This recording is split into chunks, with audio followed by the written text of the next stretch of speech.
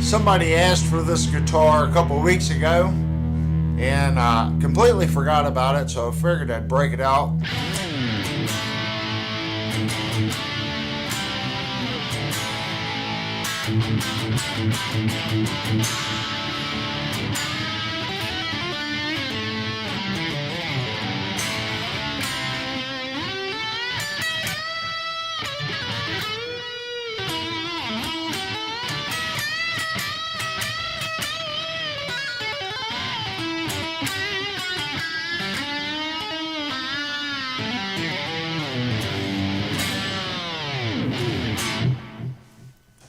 This thing looks like a Les Paul, but definitely does not weigh like a Les Paul. Devastator said it's my soon-to-be baby. Jerry said, just for the record, that's not a Les Paul. Oh, it's a Les Paul. They can call this a Les Paul. You know why? Because Gibson owns Kramer. So this is a Kramer Les Paul.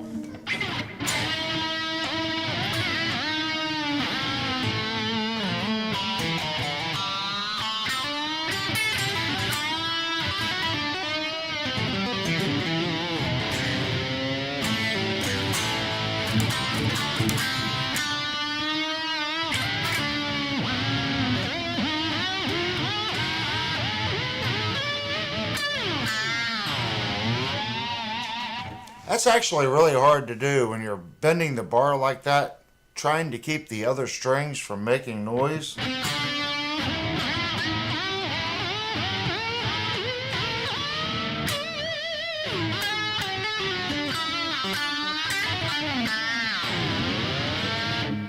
See, I hit the B and the D there.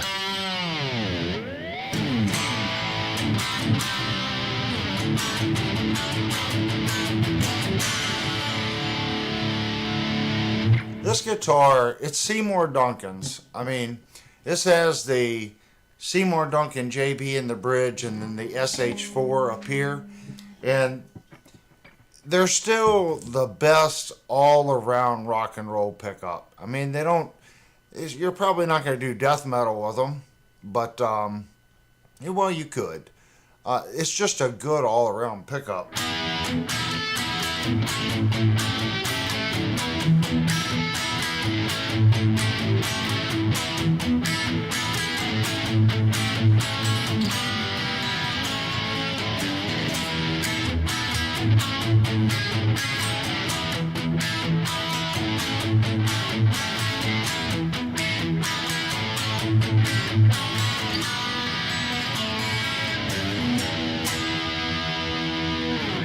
I play that little ditty because there's a lot of little harmonic and separated notes.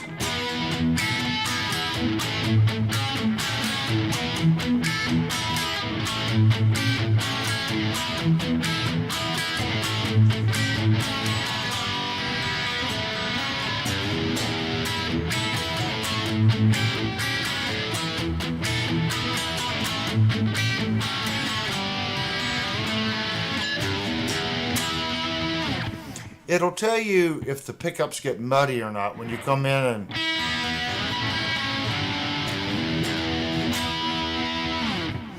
and that's why I try to do certain things when I do reviews on guitars. Just like there's that one thing that I play. It's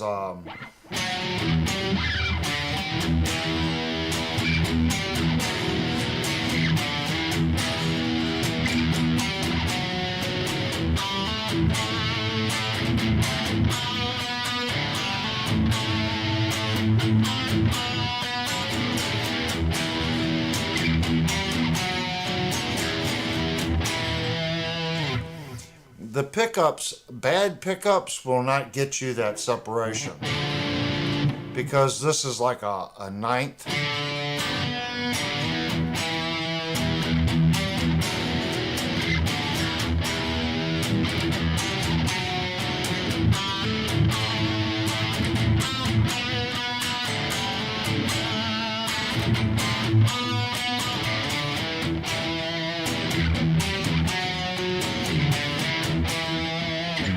This guitar nails it. The Seymours, I mean, I like the JB.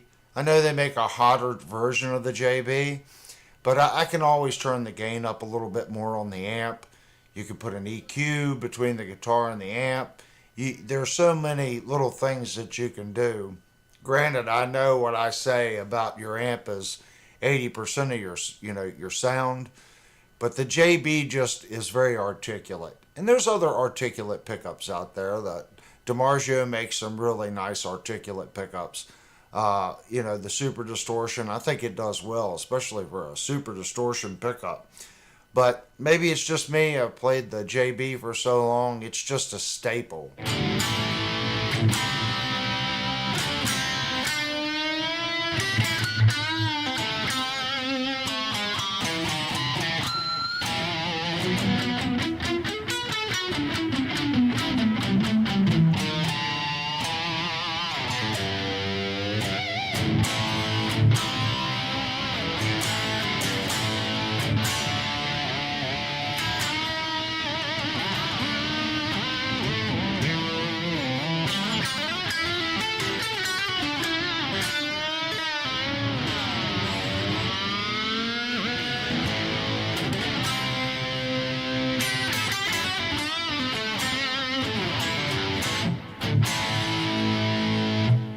It is Les Paul night, just so, I didn't pick on Jerry earlier, so we're going to pick on Jerry. It's Les Paul night.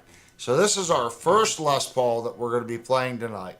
Devastator said, how's your wrist? It actually hurts. I did not now Linnell hasn't beat me yet, but I have not worn her wristband but twice. And I really should have wore it more. Friday at work, it was bothering me, like right here, picking that guitar up, twisting right there. It's bothering me. Apparently Jerry asked you the same question, but I didn't see it. Yeah, Jerry, I don't have the chat window open, so I'm getting ready to open that right now, guys, so I can see the chat. And to go over who's in the group. Oh my gosh, I missed a lot of chatting. Let me scroll up here. So it looks like Jerry got first dibs tonight. We did get Jerry doing first dibs. And I was picking on him before everybody could come in. He wanted me to attack on the picking before everyone could see it. If you want to see that, just scroll back. You should be able to see it. Then we got Mikey come in the group. It looks like Mikey was the second one to post. Then Devastator. Let me see who else do we have here. They were having a heck of a conversation. Scrolling. Then we got Kurt Inscale. He's here. Cool. I thought I saw Jupe. There he is. Yep, we got Jupes in the group. And if I'm missing anybody, Nicholas is in the group as well. Pentagore. Searching for tone. Oh, searching for tones in the group too. Good to see you, man. Jerry said the new toy. Devastator asked me what new toy I got today, and of course I said I didn't. That they were closed because of Apple Blossom. Blah blah Oh blah. yeah, no new toys today, guys. Where I live is we have what's called Apple Blossom, and the Apple Blossom Festival is like 3 days. It's Friday, Saturday, and Sunday. So pretty much Winchester Front Royal pretty much all shuts down for what's called a fireman's parade. Then they celebrate the apple blossoms. This area used to be a big apple place. That's where, what was the name of the company that does all the applesauce? White House? White House. Yeah, White House had their main manufacturing plant in Winchester. So it was pretty much the apple capital of Virginia. Not so much anymore, but we still have the festival once a week. So no music store this weekend, so we didn't get any new cool toys. Uh, Jerry said that he said, "Oh, so that's the new toy, guys. Talking about me, I got a flogger to beat you with." oh yeah, well she's got other things to beat me with. It's like a belt and throws food at me sometimes at dinner time, guys. Sometimes it gets horrible here. uh, Yeah, so I think Devastator asked me the other week to bring out the Kramer Les Paul. And I was thinking about what guitars I should play tonight. And I thought, well, I'll break the Kramer Les Paul out, play that a little bit. And then I actually have my other favorite guitar here. And I don't play this one too much because I'm scared I'm going to put a scratch on it. This is the Alex License Les Paul.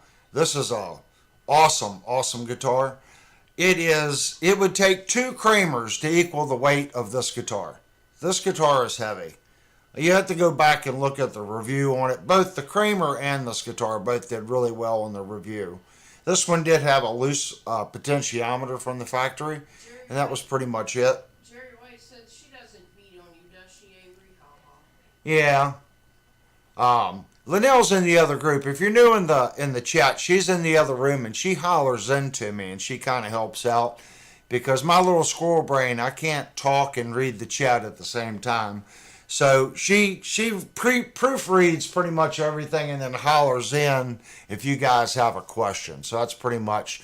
But what I always ask is if you put some question marks before and after, and then we can, that kind of flags that if Linnell doesn't see it, Devastator will see it, or Jerry will see it, and they'll shoot me a Skype message. Hey, Squirrel Brain, you're missing a question. So Jerry said, "Now there's a Les Paul." what's this? Jerry said, "Now there's a Les Paul." Yes, Jerry, this is a true Les Paul. And we have another Les Paul over here on the chair. Okay. And then we have a Les Paul up on the wall. So we have 4 Les Pauls here tonight that we can play. One with Seymour Duncan's, one with Gibson pickups. You got Rhodey's Jam Cave. Said howdy, first time here. Who is it? Rhodey's Jam Cave. Rhodey Jam Cave. Hey, we got a newcomer. Oh, and Ted Talks Tone just came in. We got the whole crowd in here tonight. He's sitting at the Los Angeles airport catching a flight home. Just wanted to stop and say what's up. Hey, Ted, man, you do a lot of traveling for work. I hope they treat you well. Being away from home that much, I hope your job treats you well because being away from home is hard on anybody. It's nice to be able to go to work and come home. So I wish you safe travels. Yeah, so it is Les Paul tonight. We're going to play a little bit of each Les Paul. But again, I'm not going to play too much because my wrist is bothering me. Usually Saturday nights is your all's night. We kind of just chew fat and go over whatever's going on. There was no progress made on Jupe's guitar as far as work. I did work for about 15 minutes on the editing. I planned on doing more editing today, but I didn't get around to it. Of course, summer months, that means we have to cut grass and maintain the outside of our homes. Fun. So I had to cut the grass, do a bunch of weed eating, and then we went shopping at our local farm market. They were having a sale on some perennials and annual flowers. So we went ahead and did that, trying to get the yard straight for summer. So all that's done. So that means tomorrow I'll be free to finish up the editing, and I'm thinking maybe a Tuesday release on the first video on Jeep's guitar. If people are keeping track with that work that we're doing. So basically that's just going to be disassembling the guitar and maybe a little fret work on the first video. So I'm assuming everyone here is getting acquainted. If you're new to the chat, I do not have subscriber mode on. And I'll be honest with you guys, I'm really thinking about not hitting the monetization button on any of these videos. I look at what YouTube pays me, and I'll look at what you all actually have to go through on the commercials. I'll be honest with you, I don't even think it's worth it. It's not worth the pennies that they pay me for the interruption on the show. I've really been thinking about it. Now it is on this live stream, but I'm seriously thinking about going back through my videos and just turning some of that stuff off. I don't really see the point in it. If you have a lot of subscribers, 100,000 subscribers, I can kind of see where that might equal out to a little bit of money that would be usable. But in the case of me, I just don't see it as something. It does help. So if you guys can tolerate it, the extra $40 a month. Hey, Devastator just donated $5.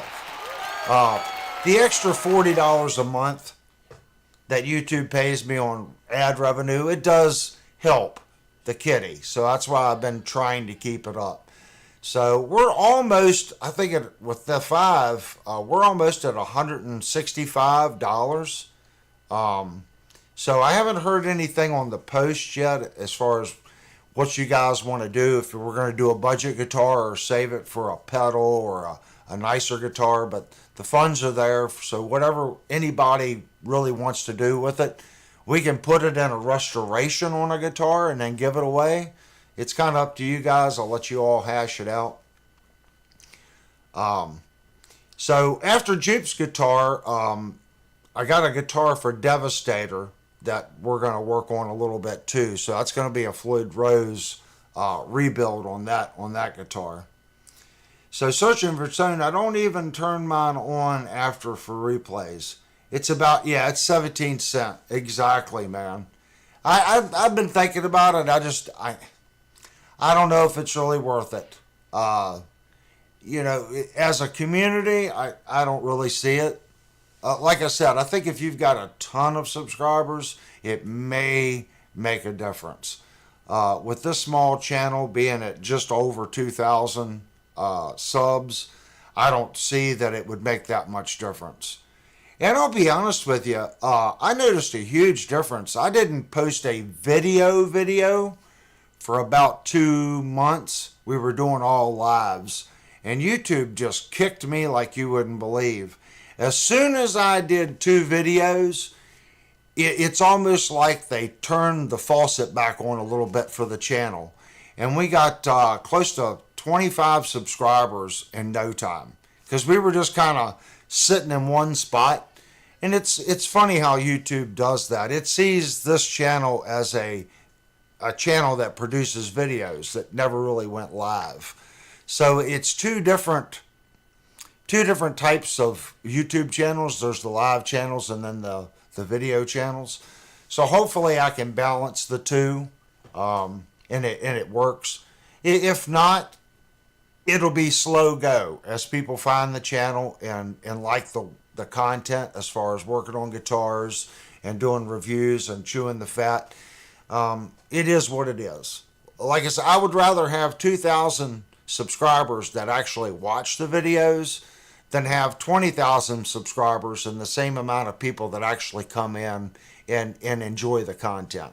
I'm sure I would say at least a quarter, if not 50% of the subscribers on my channel probably hit the button once and have never really come back and checked out maybe 1 or 2 videos. And I see that a lot with these channels. If a channel's got that many subscribers and they release a video, You know, you get 100,000 subscribers, you should get a lot of views really quick. So I think a lot of those numbers are kind of fake, if that makes sense. Not saying that people are fake, they're not bots, but I think they probably just go down and hit the subscribe button, don't turn on notifications, maybe watch you for a month or two, and then they kind of move on to other things on YouTube, and that subscriptions kind of stays on their account. Yeah, I could be wrong about that. I just look at other channels and I look at the view count at my channel, and it just doesn't make much sense to me. But I've heard other content creators say the exact same thing, so I guess I should stop really trying to figure it out. So, what's everybody up to today? I kind of went over what I went through. Did anybody go, since I didn't go to the music store, I have to kind of live precariously through you guys. Did anybody pick up a new toy, a new guitar, a new pedal, maybe a new amp? I like tubes, but it doesn't have to be tubes. Solid state's cool too. Anybody get anything new? Everybody knows that I've been saving for an Axe FX 3. I have $500 saved up for my Axe FX, and that's from guitars that I've sold and selling. So, but there's $500 set aside right now just for the Axe FX. Ted's gonna get it on his plate. Okay, Ted, get on that flight, man. You be careful. Go in there and knock on the pilot's door. Tell him to fly extra safe. The onboard security guy will probably handcuff you and throw you to the floor if you knock on that cabin door. So you might not want to do that. Thanks for coming and checking in, Ted. So everybody's saying bye to Ted. So I'm going to assume by the cricket sounds, no one has bought anything new this week. And that's cool. We can't always get new toys. But I haven't done anything really this week other than editing videos. And I'm chasing the squirrel on the tail with YouTube as far as that's concerned. Will do. Peace. You bet. I like Ted. He's pretty cool. He's a cool cat. Pentagore says, see you, Ted. Oh, I'm going to have to request something from the Funny Honey. Can I have my hot cocoa and my Smokies? I might need an ashtray too. Well, I don't have one of those. You have all those? I don't have one of those. Okay, guys, you're going to have to give me 5 minutes. 1 second. 5 minutes? Yeah, well, 1 minute.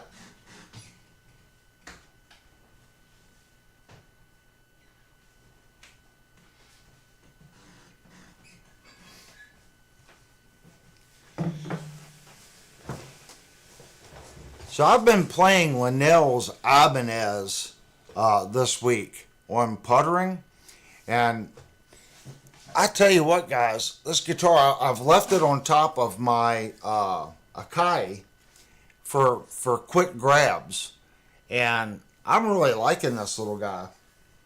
This guitar and my Yamaha Revstar have just really kind of changed my mind on certain things. Mike's on. Oh, Mr. Mike is on. Hey, Mr. Mike, check out Linnell's new toy. She's allowing me to play it. She told me if I scratched it, I owed her money. It's an Ibanez. I call him Ibanez. It's a pretty cool guitar. She's been getting into playing more and more. It's good to have Mike in the group. He is one of our long-lost moderators. And if anybody here needs amp work done, high-gain tube amps, want to modify tube amps, go check out Mike. Mike has a couple videos up on YouTube as well, building pedals and stuff like that. He custom makes like a Marshall in a box type pedal that is really good. So I don't know if he offers a lot of that stuff up, but I know that he does that kind of work, and he has done it in the past. But I know that he services amplifiers and stuff like that. So he's a good tech. I leave the guitar stuff for me. If it's amplifier based and all that stuff, Mike's the man to ask. Jerry said, thought you said it was Les Paul night. What the hell, Avery? Ha! It is Les Paul. Did I play it, Jerry? No. But this guitar here, we can hit this one up for a little bit. I can't even explain how much heavier this guitar is. When you pick it up, this guitar, it is a beast. It's a beast.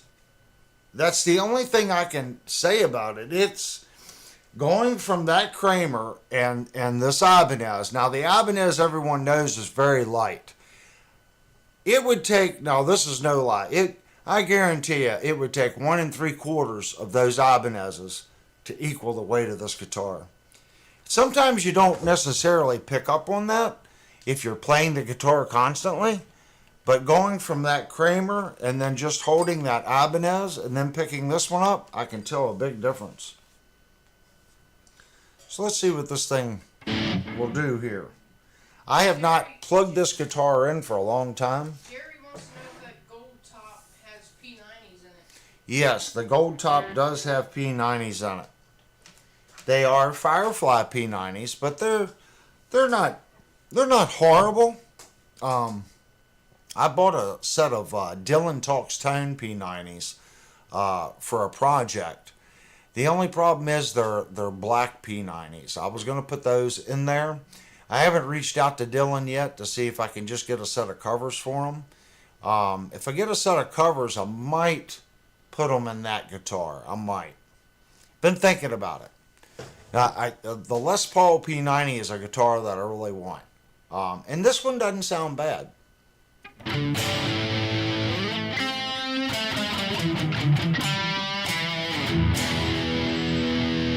And you can hear this guitar has a little bit more mid punch than the Kramer.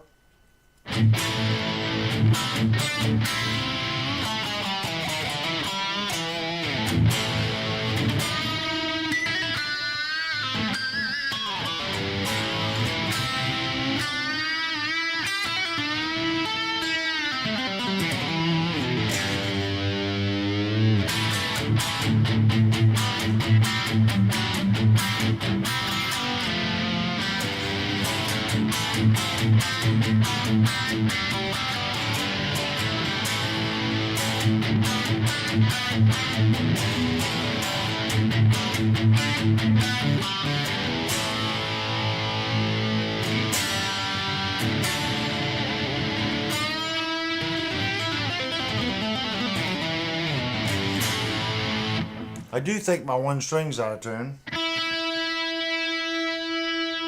Something's a little wacky. There it is.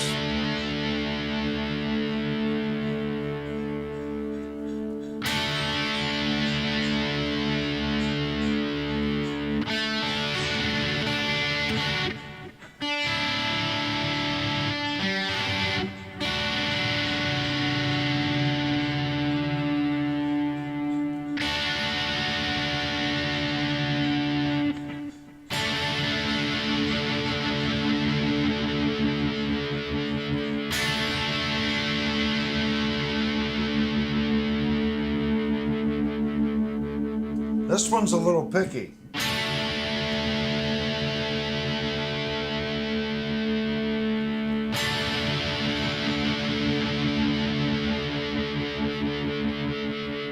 Some guitars don't like to be tuned that way.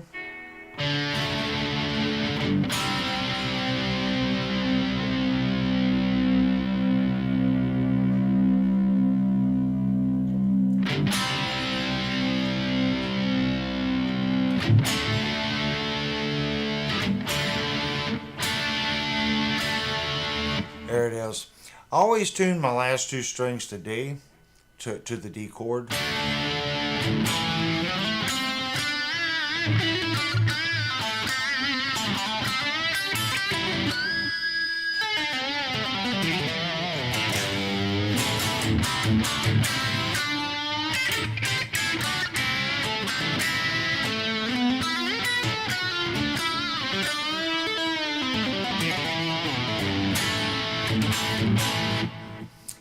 it really comes in handy when you're pulling off on chords like that.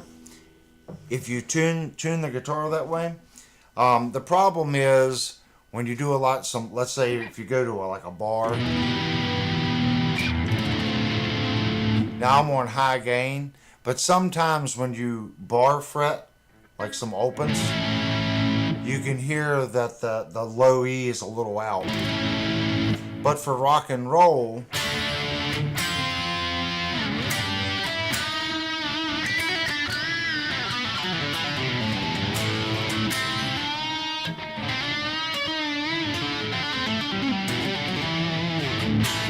well, I missed a lot of notes on that one.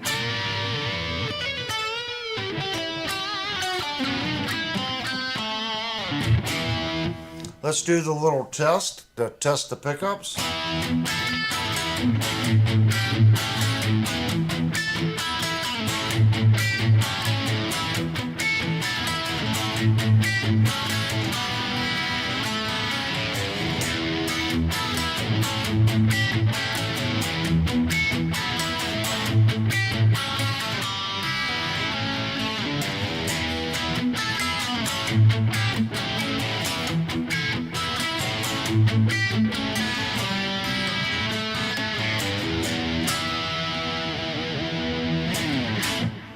You can tell these pickups are articulate as well. It picks up on the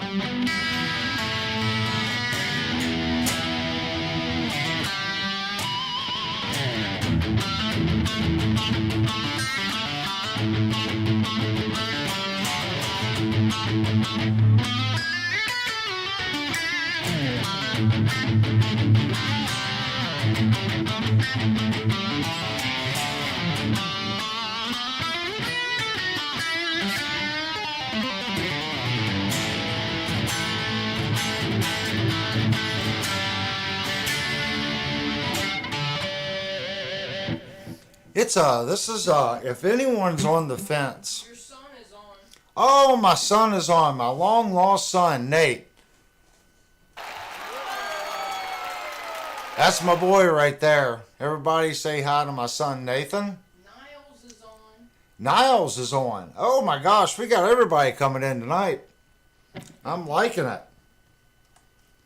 Now, Nathan did get his guitar, guys. His new Firefly guitar. And he says that it came undamaged. So that's always a good thing. When you purchase a new guitar and it comes in. I will give Firefly one thing. The packaging that they use with encapsulating the guitar with that styrofoam. Now they have two versions. They do have one that just has it's like a 3/8 to 1/2 inch styrofoam cap, and it just sits on top of the styrofoam block and it's taped.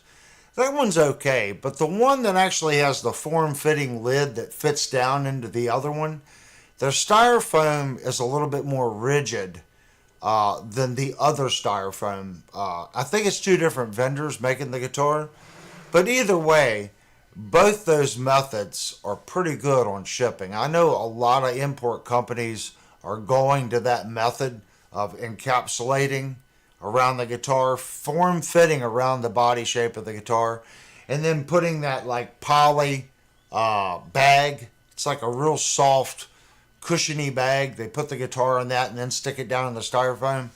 That's a really good shipping method. It really is. Niles received his Peterson strobe tuner thingy, and he says he has to say that he loves that thing for tuning. Yes. I would never, ever, ever go back to a regular tuner. If you guys do not have one of these yet, just buy one. Don't buy anything else. Just buy this. I have the HD. Okay, I think they do make some cheaper ones, and believe me, they make a lot more expensive ones. His is the Strobo Plus HDC. Yeah, this one's just the Strobo Stomp HD. I didn't know they made a plus. But this one, you can program it to hold alternative tunings that you want to set. Like, let's say you want to drop down to like 3740 with like drop C on the E. it will memorize certain tuning patterns. Like I have my tuning for the average on dropping the high E and B string down a couple cent. I actually have that tuning programmed in here. Some people call it an Eddie Van Halen tuning. I don't know if he actually tuned his guitar that way or not. I've heard people say that he did. But I have that little structure programmed in this pedal. And if you're working on guitars and you're setting intonation, this is the way to go. With the dual strobe, you can tell by the way the strobe works whether you're high or low. The inner circle to outer circle, the rotation tells you if you're low on pitch or high on pitch. Plus, it's just so accurate. Now, I know by the way you hit, force your finger on the guitar, you can raise and lower the pitch. The more you work on guitars, the more you'll kind of get a feel for how you should press on it. And then I always tell people, if you're working on someone else's guitar, have them play in front of you. That way you can see, does the guy fret hard? Does he play light? That way when you do set up the intonation on the guitar, you can kind of guesstimate their fret aggression and kind of set the guitar up for them. Niall said his came with 200 plus different tunings. Yeah, it's crazy what this little thing will do. The one I wanted back when I bought this, I wanted the rack mount version. I just wasn't going to spend $2,300 on a tuner. But doing, guitar work, they have a desktop model. I think it's about $800. I have been thinking about buying that one. I just don't know if it's really going to be any more accurate than this one. I think it's just more the convenience of it being a desktop model with the little feet underneath of it on an angle. I think that's probably the reason why it's so expensive. I don't know. Jerry said, according to Dweezil, Eddie Van Halen tuned by harmonics. That could be true. I don't know. That could be true. I've just heard people say that he tuned to the D and listened to the flutter. I don't know. Everyone's still chasing the brown sound that he used to get. And Nicholas says, great tuner in the Axe Effects. Well, when I get the Axe Effects, that's $2,300. So if it has a good tuner in it, great. Because I'm always going downstairs to the shop and stealing this tuner to bring up here to tune guitars. So when I get the Axe Effects, notice I'm saying when I get it, I am getting one. It's just I'm saving money for it. When I get the Axe Effects, it's going to set, let me change camera angles here and I'll show you where I'm going to put it. You can see this small little rack right here. The Axe Effects is going to go right here because I'm going to use it more for doing live streams and recording and stuff like that. Niall says his is a desktop. Niles does? The one he just got, he said his is a desktop. Oh, you bought the desktop. How much did you pay for the desktop model? Birdman's on. Hey, Birdman.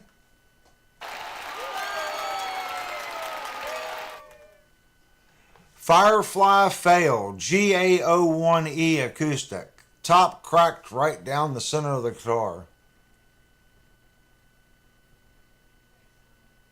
I'm pretty sure, Mike, that's the guitar that I did a review on. And the issue that I had with my Firefly acoustic, the pins that went into the bass bridge, the bore holes all the way across were bored too big. So when you bring the guitar up to tune and you play it hard, the pins actually start working their way out of the guitar. Juke said, Avery, are you going to get the FC12 foot controller with the Axe Effects? Well, Mr. Jupe, I have I actually have two X15s and I have an X11. So I'm going to buy the unit and see if my X15s can be daisy chained together and control the Axe Effects. I don't see why it couldn't. It's It's old school MIDI. I'm sure MIDI coding hasn't changed that much. The X15 does have 2 expression pedals already in it. I used 2, like MIDI in and through and then back to my ART SGX 2000. I had one set up for volume, expression pedal. Then I had one set up for gain. Then I had one set up for my wah. And I think the other one was dead. I probably used it for something. But I know it was volume, gain, and wah. And then my one X15 I had set up in banks. Every button was a pre-programmed bank that I had pre-recorded. The other one was set up in groups of banks, 10, where you had up, down, and all the buttons were those 10. Okay, well, if I pushed the button, it went from 120 to 130, up. If I pushed down, it went from 130 to 120. And then the 10 buttons on the right were 110, 111, 112. So I had 2 of those controllers on the floor. I'm kind of hoping that they'll work on the Axe effects and I won't have to buy the FC12. But I should get it. It's designed to work with it. But then you got to buy that, and I don't think the FC12 has an expression pedal. So if you're using volume and gain, oh, now I know what the 4th pedal I used for. It was a boost. So what I would do is I had volume where I could completely turn my sound off. But my secondary volume was a minimum volume and a maximum volume. So when I was playing rhythm, the pedal was all the way up. And when it was my turn to do a lead in the song, I could push the pedal down all the way, just stomp it down. And it gave me a little bit of boost just for my lead. Not cut your hair off boost, just enough to punch the lead through the mix playing out. I found that very useful. So it's just almost like a little boost in volume.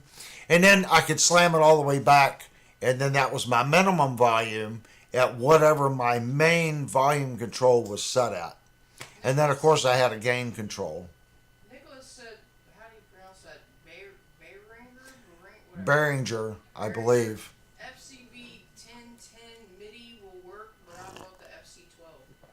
Are you familiar with the X15, Nicholas? I have 2 of them. I don't think I have one out here. Let me see if my X15's out here. It's been a while since I've used my X15. What's it look like? It's that big foot controller with 2 big pedals on it. It's been a while since I've used it, guys. Ever since I started doing pretty much YouTube, I haven't really been playing. Well, I haven't played out in a very long time. So most of my rack stuff now is just kind of sitting over here. I don't really have it all hooked up to where I can push a button and just make something happen, if that makes sense. Linnell went in to see if it's in the other room. I haven't seen it in a while. It might be downstairs on the rack. I know one of them is downstairs on the rack. All you have to do is, if you do a Google search on Applied Research Technology X15, it was the bee's knees back in the day. It was the one to have. So, like I say, I'm hoping that'll work.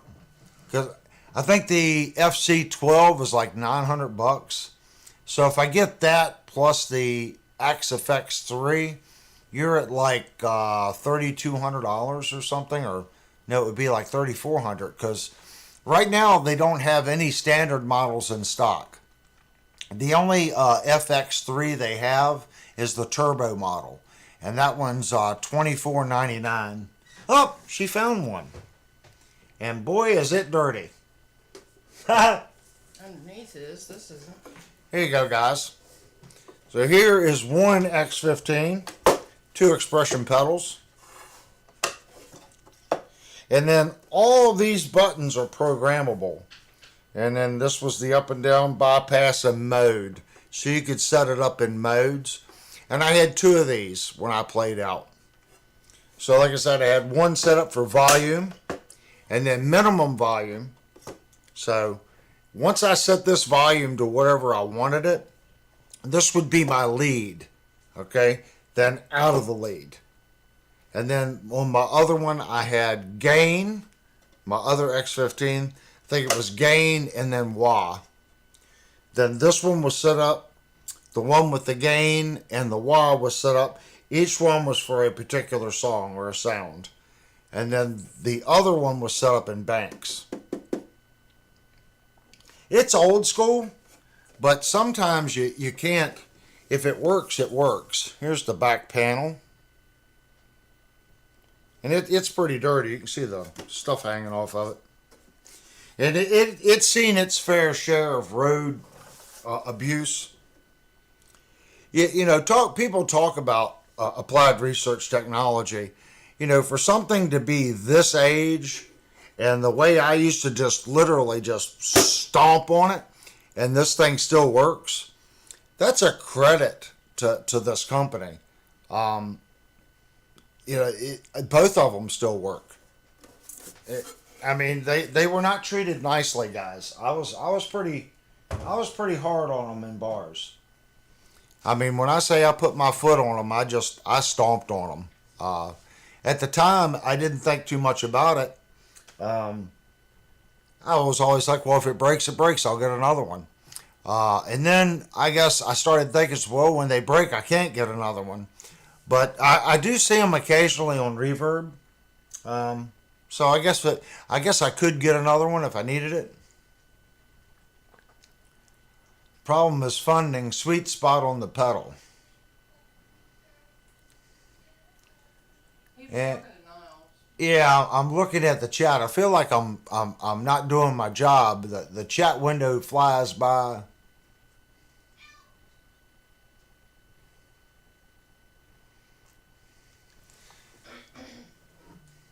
Al said he wanted a drop pedal so he don't have to down tune different songs all the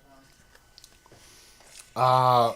I'm pretty sure the Axe-Fx 3 will do all that already in the unit. And when I get the Axe-Fx 3, I should be able to use my Synergy module, and that's it.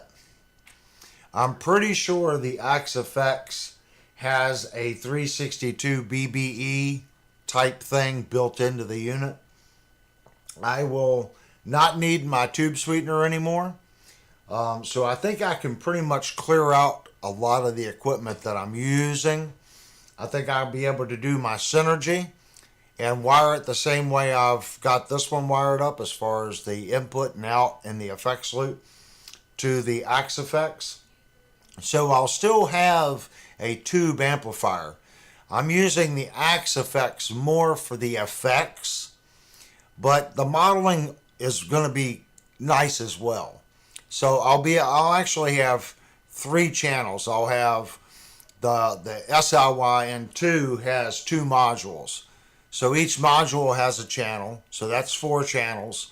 And then whatever modeling that I'm doing in the Axe-Fx. So it should be a pretty good system. It really should. In worst case scenario, I still have the ART. I think it's my power amp, guys, that's causing me a problem. I know Mike got back. He's back home.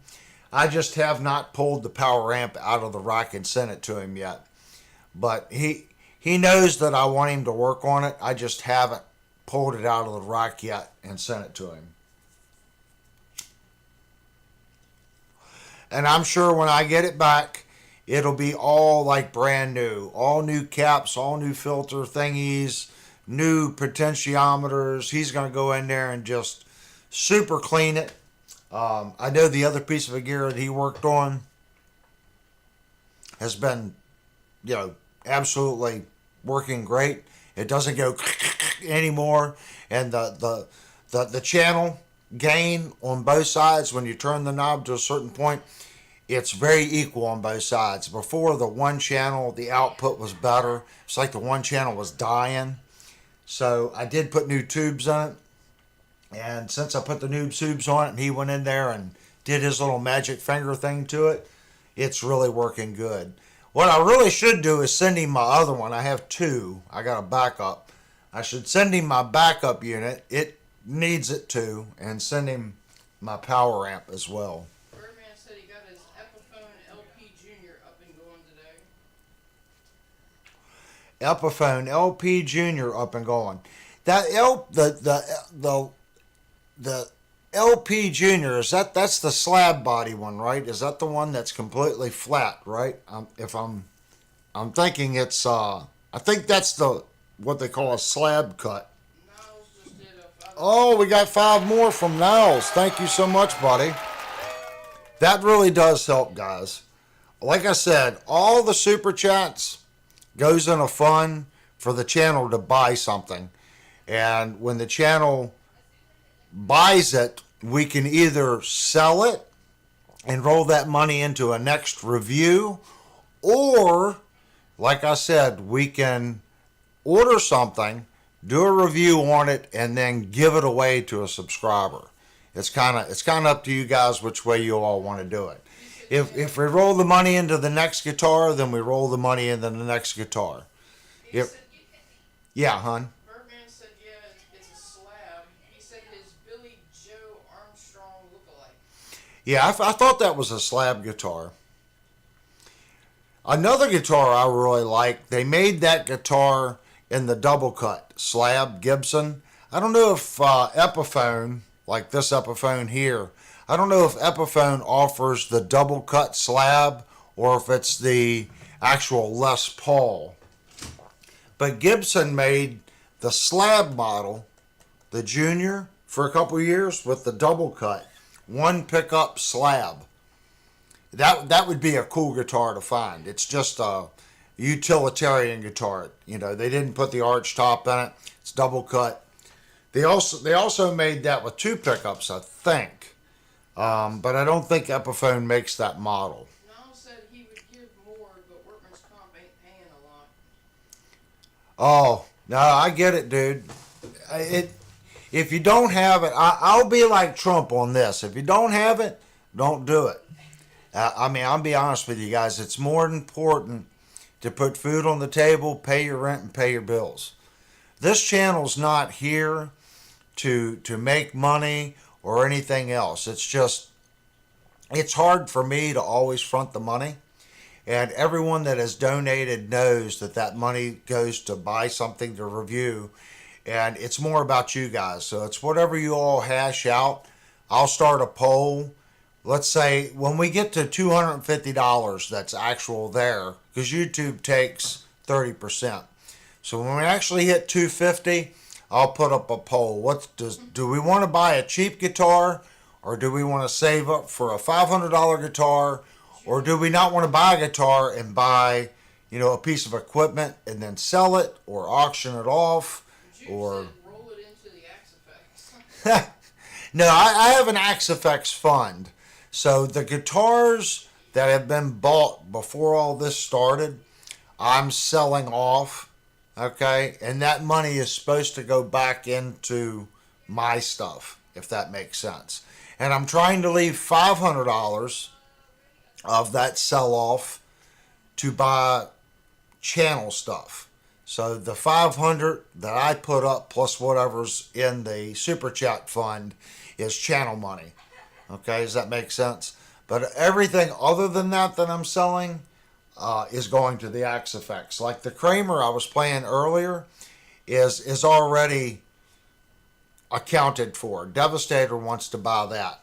And he already sent me a little money on it, but we're rolling that money over on repairing a guitar. I think it's for his son, right? Yeah. I think it's for Devastator's son. So we're going to fix up our Blueberry Burst and take the money that he sent me and put in that. I'm going to send him that. But the guitar is still spoken for, so it's not for sale. Devastator wants the guitar. And then I think Mr. Jupe is getting a guitar for his nephew, a white ash super Strat. It's an actual Strat. It's a regular Strat body. I think he wants that one. So there's still a couple more guitars here. Now the Kramer's my personal guitar, so Kurt.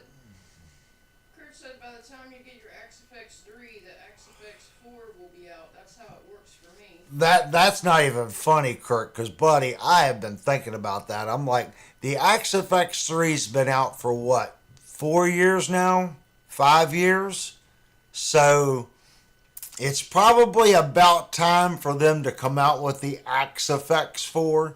So I figured as soon as that box shows up on the front porch, I'm going to fire up YouTube, and then all the go-to channels like G6 or whatever it is, and that guy in Australia, they're all going to have the XFX 4. Just released XFX 4.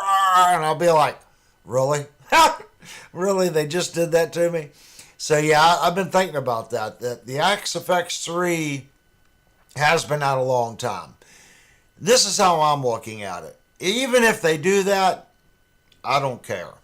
The processing power on that XFX 3 is so far superior to my Applied Research Technology SGX 2000.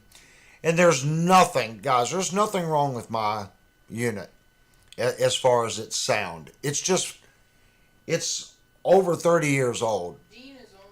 And it's been played and played and played. And everyone I show it to, they just don't want to work on it. Because it's a hand-wired tube amp and a computer all in one. Hey, there's Dean. Good to see you, Dean. So nobody wants to work on that thing, and a lot of the components in it and the technology that's in it, you can't get those components anymore, like the DSP units and stuff that's in that. And a lot of that stuff is really hard to find now. So I have two of them. I have an original SGX 2000. It's a non-express unit. And then I have an SGX 2000 Express. So both of them are the SGX 2000 is older than my Express. So it's time to update. It really is. So even if they do an XFX 4, I'm not overly worried about it. The processing power of that unit, especially the turbo model, it'll be way more than I'll ever be able to use. And I'm going to have such a learning curve going. I mean, I do have the Line 6 Stomp that uses blocks. So at least I've got just this much experience with the new format of blocks and signal paths and chaining things together. Hopefully it's going to be a heck of a learning curve, I know that. But hopefully within a year, I'll have my head wrapped around the unit well enough to where I can go in there and program some sounds and have a firm enough grasp on it to make it, do what I want it to do. I think I will struggle, but I know if it sounds bad, it's not going to be the unit's fault. It's going to be my lack of ability to understand what the unit's doing, if that makes sense. So I am 100% ready to learn. I found myself really falling back, like my old board, my Mackie board. It's very old school. A lot of the stuff I have is old school. And there's nothing wrong with old school. Old school stuff works. It worked then, it still works now. But a lot of the new stuff is just so user friendly. If you saw the little window that I have to use to program that ART, you guys would probably pull your hair out. The XFX, everyone says, oh, the screen's so small and you only got this. Well, you plug it into the computer and you got everything there. I can't do that with my ART. So it's going to be 500% better. I'm not overly worried about it. But I only have $500 saved up for it. So at this rate, it'll probably be late fall, maybe first of next year. So you might be right that the XFX 4 might be out by the time I actually go and do my video. And if that's the case, I'm sure the price will go up. Kurt says, Avery, you should get the HX editor for your HX Stomp. Makes things so much better. Get the what? You should get the HX editor for your HX Stomp. Yes, I have seen that. Not only do I need to update my amplifier, but Devastator will tell you my computer that I edit with is a POS to the power of 30. Not to the power of 10. We can put to the power of 100. It's bad. So I really need to update my computer as well. That would help with videos. There's a couple things I need to do, guys. I need to update my computer. In reality, the Axe FX3 should be kind of last on my list.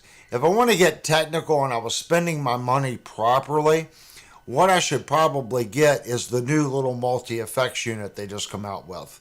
Okay? I should buy that and then run it into my Synergy SYN2 and have Mike fix my power amp. Juke wants to Done. know if a roll of toilet paper comes with that Firefly Strat. Ha! What? Wants to know if a roll of toilet paper comes with that Firefly. Oh my gosh. Jerry said if it does, he got ripped. Huh?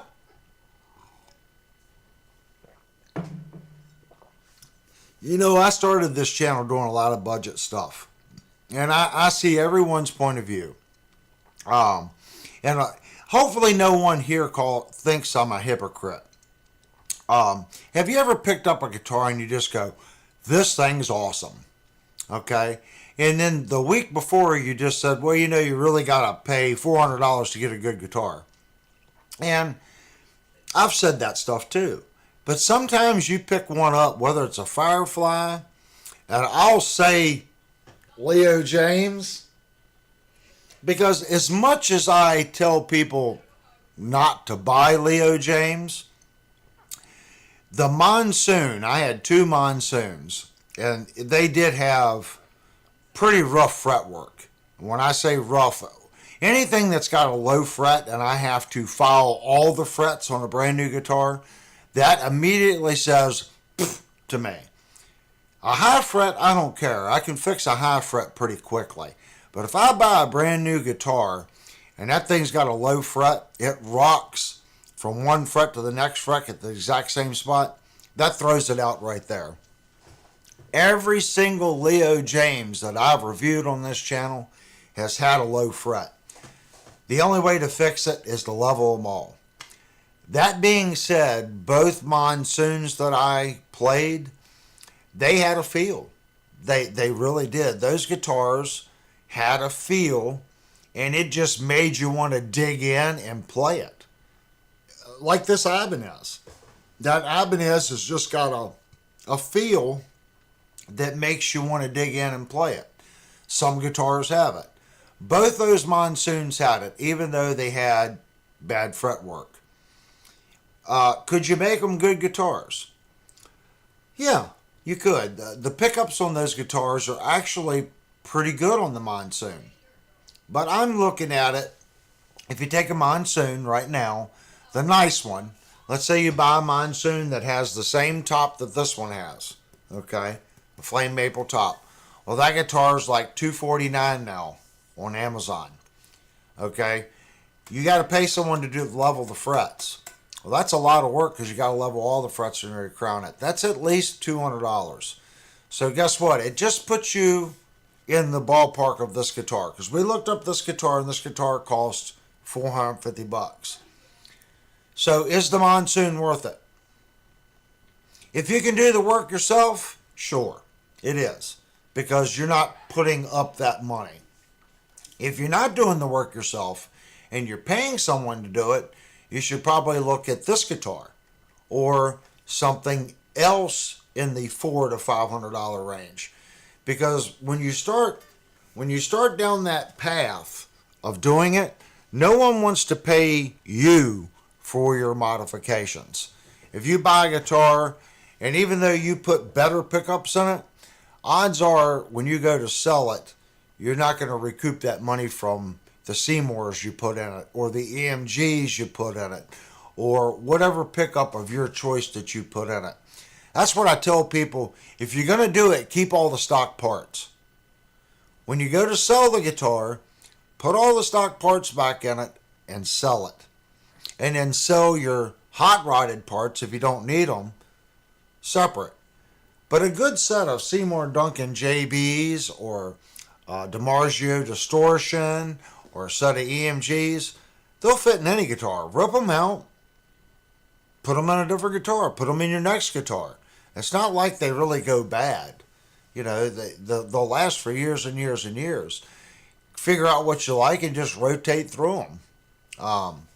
That's what I mean. That's why I try to review guitars and do an honest opinion on them.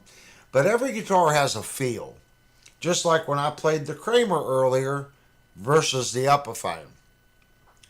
The Kramer makes me want to dig in a little bit more as far as playing it.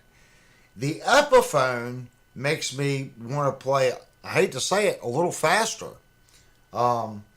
Even though the action height on the Epiphone is higher than the Kramer, it's still, there's something about the neck profile on the back that makes me want to play it a little faster. I can't explain it.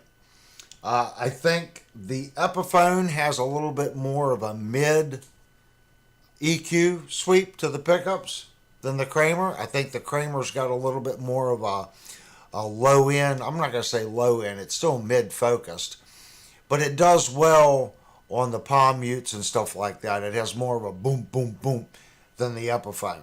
Jerry's on a roll tonight. He said that's why we're here, for you to show us how to do it, and then we can blame you when we screw it up. Ha!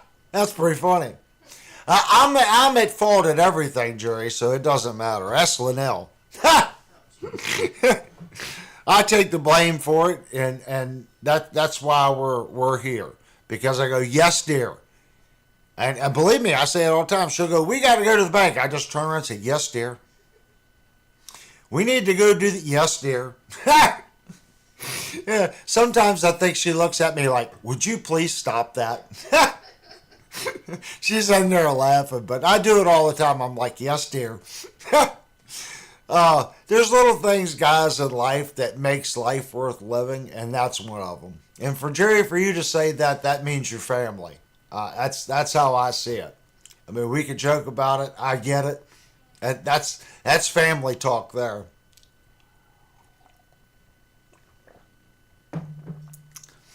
So that's what it's about, as far as picking an instrument. And a lot of times I misfret because I play so many different instruments. If I actually picked a guitar and just played that guitar 90% of the time, my playing ability would get better quicker. But I think playing multiple instruments is also teaching me something. It's teaching me how to adapt quicker. I never used to be able to adapt the way I do now. Now, after 2 years of doing YouTube, I could pick up a guitar, even though the neck might be really thick on it, or really thin, or really wide, or the action height is set high. Usually after a couple of minutes, I can adapt to the guitar. Can I play it like I do my favorite guitar that I'm used to? No, but I can still adapt to it. And usually, sometimes when I adapt to it, I find myself playing differently, and it'll bring out something new in me, or makes me play this, or makes me play that. And that's why I say, for me, that's what it's about. I got a lot of super strats. So when I find a guitar that makes me play a little different outside of my box, that's the kind of a guitar I want kind of to be here. Because I want to play outside my box. The more I play outside my comfort zone, the better I think I'll get, if that makes sense. So I think everyone should pick up, like I said, when you go to the store, just pick up a guitar. It doesn't, when you walk by it and go, definitely not going to like that guitar, pick that guitar up and just play it. Because the Yamaha I have over here, this is really not a guitar that, if you would have told me 2 years ago that I was going to buy this type of guitar, I would have laughed at you. I would have. I would have said, there's no way I'm playing a guitar that has a butt that big. I mean, that thing's got a huge butt. This thing needs Jenny Craig for guitars. It does. It is really wide across the butt of this guitar. But there's something, and I've said it before, there's something about this guitar that makes me want to play it. And the sound of this thing, this Revstar is an amazing instrument. And You said gold top, gold top. Let's hear the damn gold top. oh, he wants to hear the gold top. Yeah, it is Les Paul night. But I guess my point in it, guys, is don't be scared to play something that you necessarily don't really care for the body shape of, like a Firebird or something like that. Those guitars are sought after for a reason. Someone got that thing to sound a certain way, and pick one up. You might find the secret sauce that you've been chasing, and you were going down the wrong rabbit hole, searching for a sound that it's from a guitar that you never thought about playing. Like you said, fat bottom guitars need loving too. Hey, I'll give that Revstar as much loving as I can. This guitar here will probably need tuning. And it is pretty dirty. So let me unplug the Epiphone here.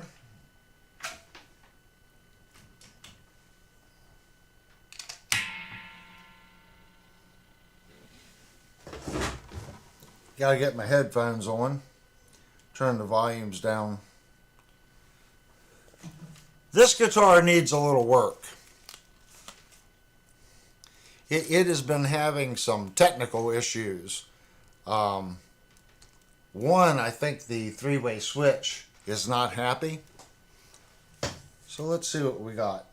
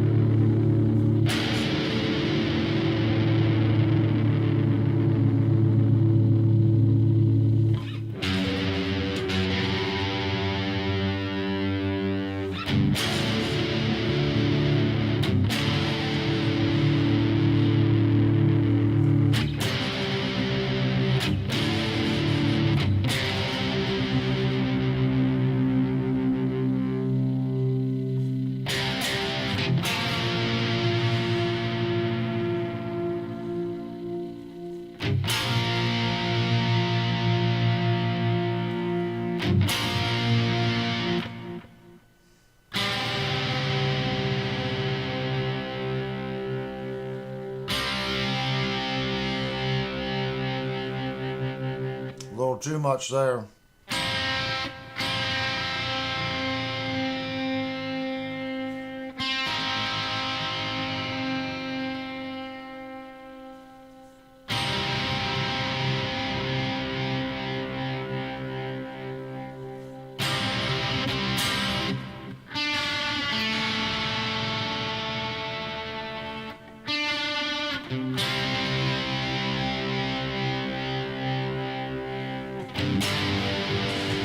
Yeah, it's way out, guys.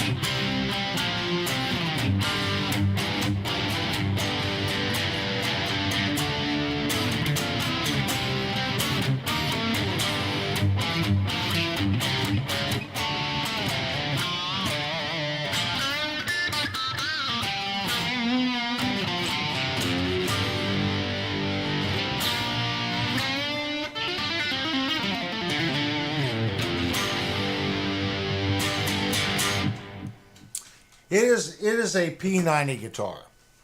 So it has that P90.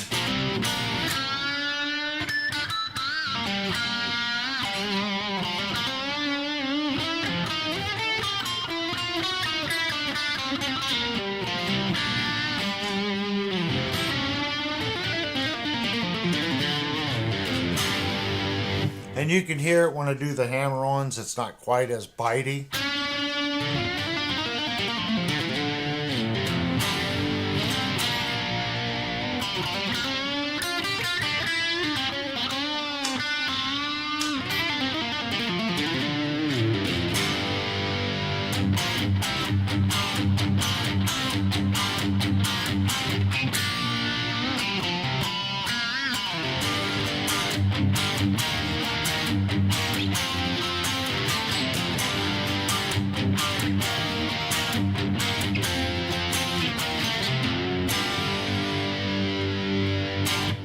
But it has a good sound. This guitar is 100% stock. I haven't done anything to the pickups or anything in it.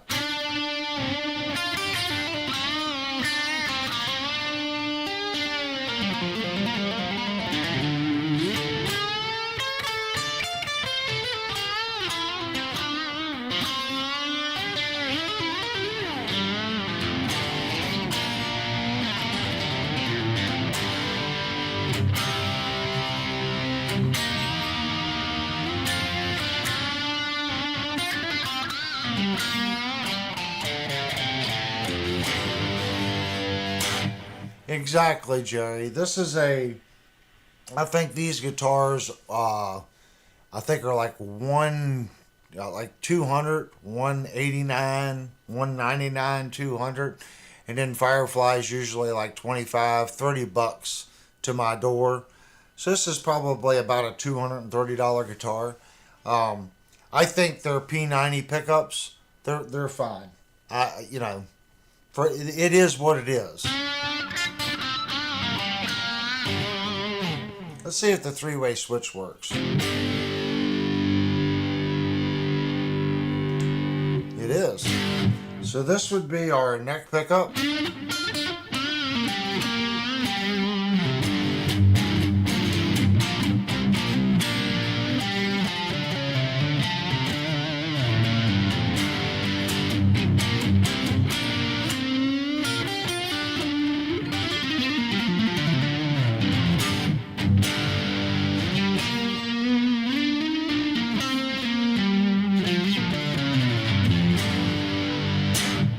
Again, like I said, Firefly pickups under high gain, they get a little muddy sometimes. This is both pickups.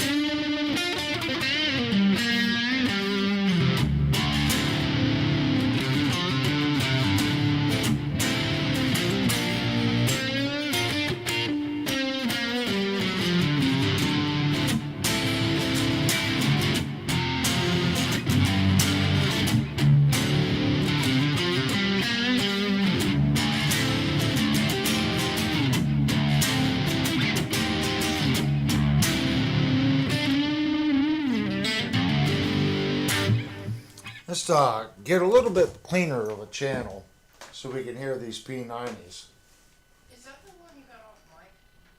Yeah, this was Mike's old guitar, guys. I don't know if Mike's still in the chat. This is Mike's old guitar.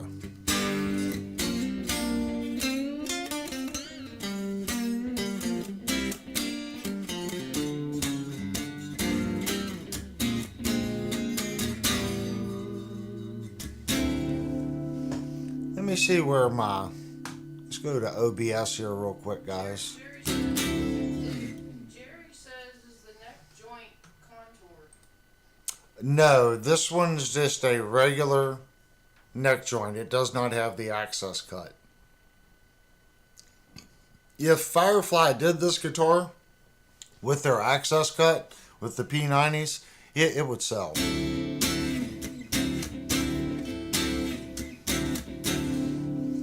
Let me punch this up a little bit.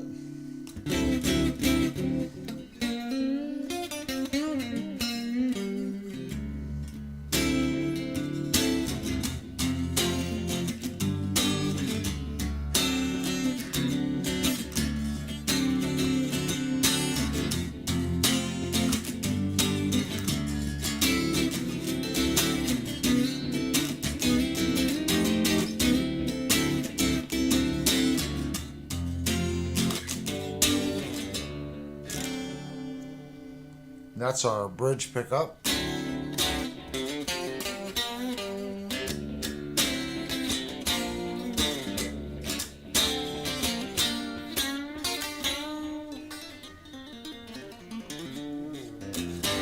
And you can hear under the clean.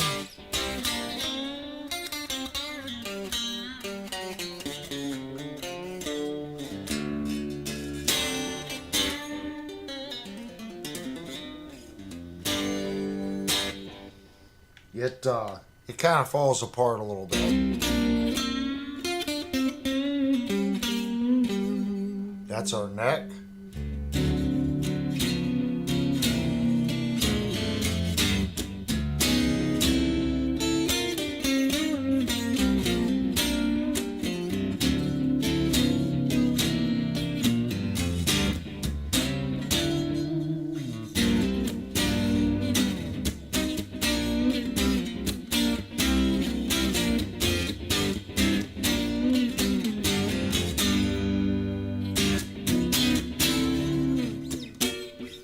I think it sounds good. For what the guitar is, it's not bad.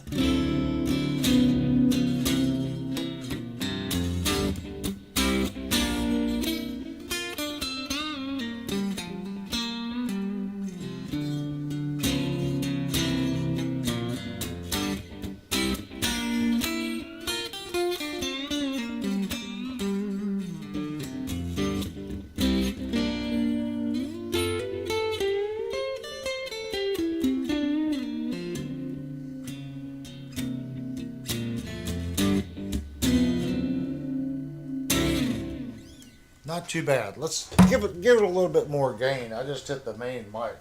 Wow. Go up to this channel. A little bit more gain. Give it a little bit more.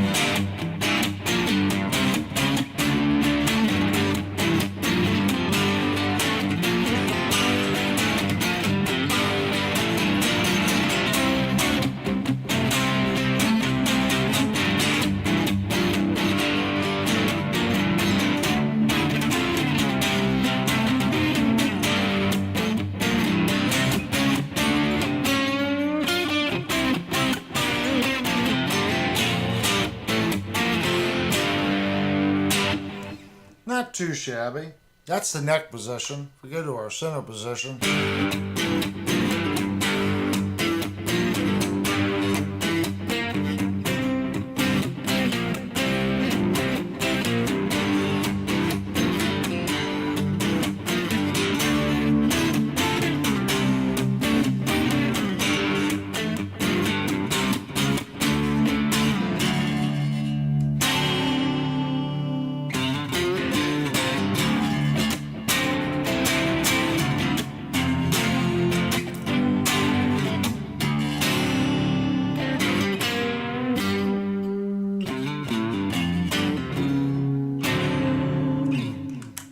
Down to our bridge.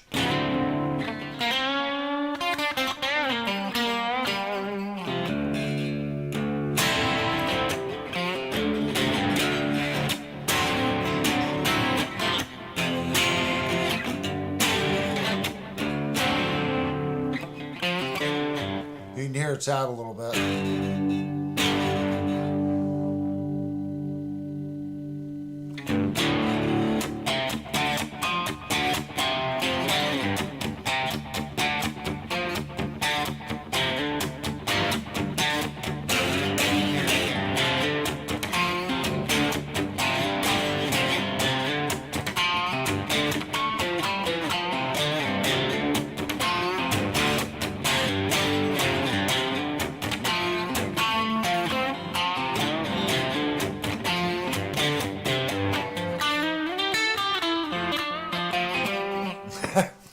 key.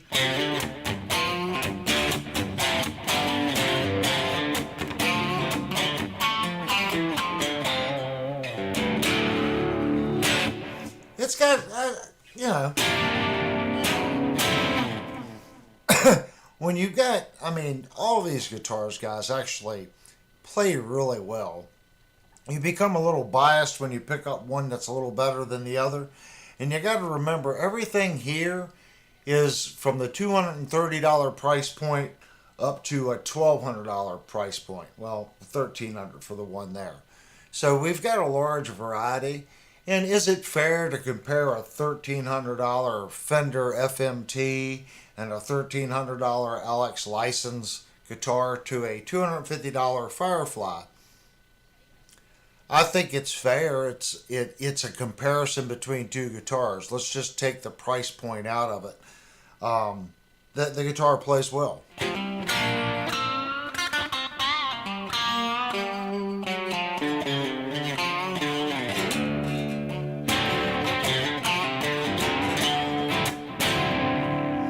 We could take a little bit of that edge off if I roll the tone back.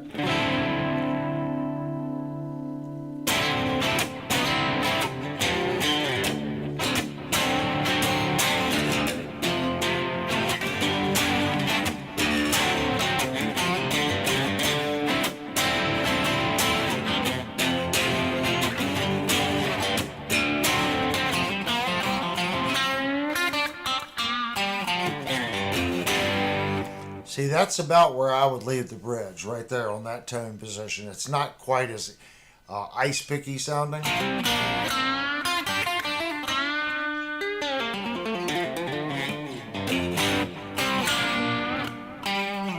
And it's still giving you that breakup, that.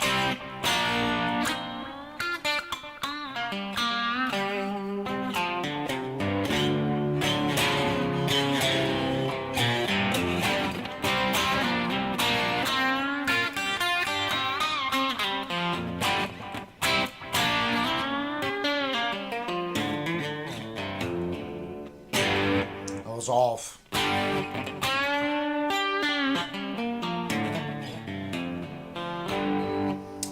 Still off.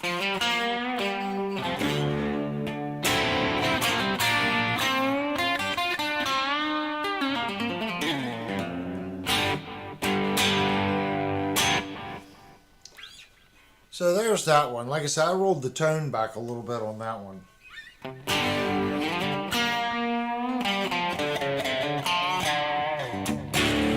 I should probably just keep this guitar. I mean, I want a Gibson Les Paul with P90s. This guitar plays fine. And this one, believe it or not, is a Firefly that does not have the ball-end frets. So this is definitely a keeper. Simply because it has conventional frets. And Firefly no longer does conventional frets. So it's kind of a fluke that they even made this guitar. This guitar was produced long after Firefly started doing ball-end frets. How this one snuck through the cracks with conventional frets, I don't know. But I should probably just order some Dylan Talks Tone pickups in this. Put in this guitar, put a real Switchcraft switch in it and some Barnes pots.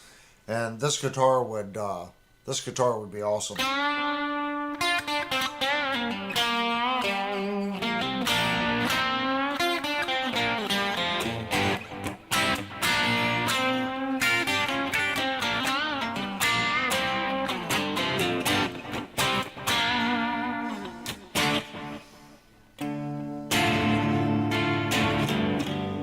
Let's see how we can get it to clean up.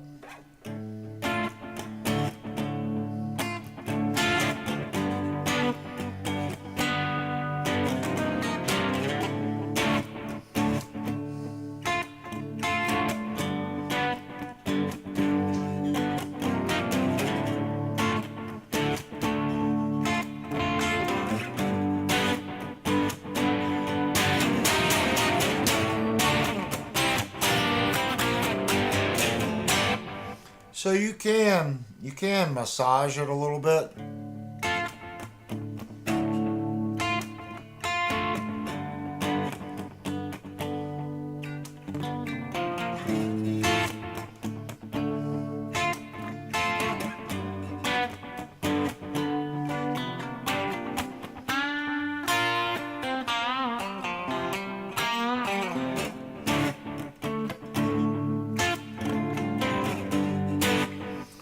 I'm used to digging in. If I practice a little bit, I can get that.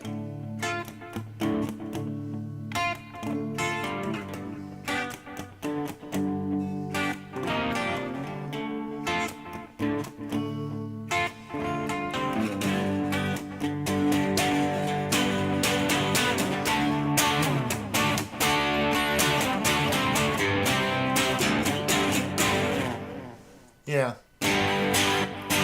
Some people would say that's a sign of a good guitar. It does that.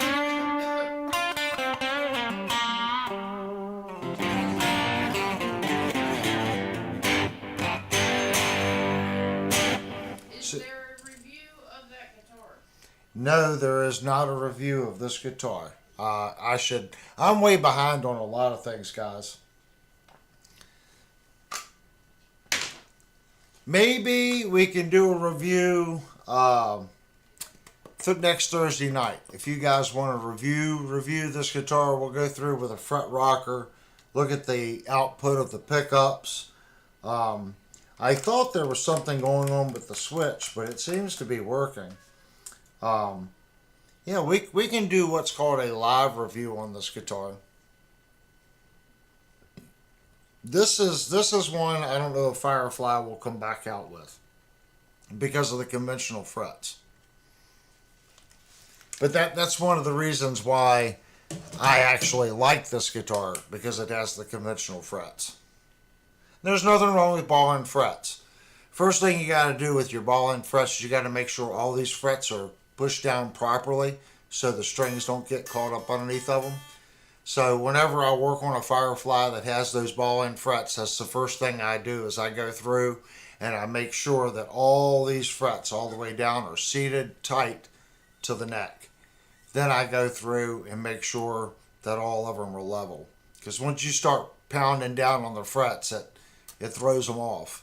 But a lot of times the high E will get hung up underneath of them.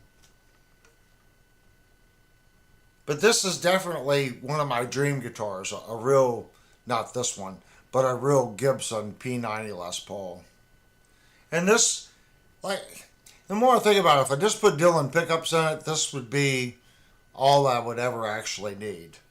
So I should probably keep the guitar and just put some really nice Dylan pickups on it. Our next Firefly, or next Les Paul. Jerry said looks nice. Harley Benton's gold top just missed out on the pink color for me. All of them. All of them on the gold. Even the Gibson. Gibson wants you to spend $7 and $8 grand to get a true gold top. Even their Les Paul Standard does not have a real gold color. They want you to get the Murphy or the custom shop one to get the true Gibson gold top color. Now this one is Linnell's guitar. This is the one she's had for a long, long time. And this guitar has Epiphone pickups in it.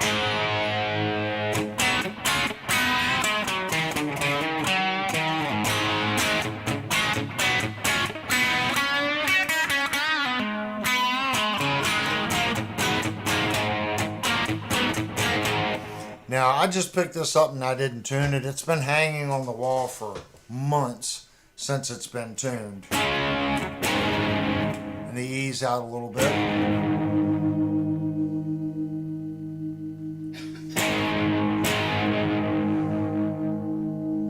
But not horrible.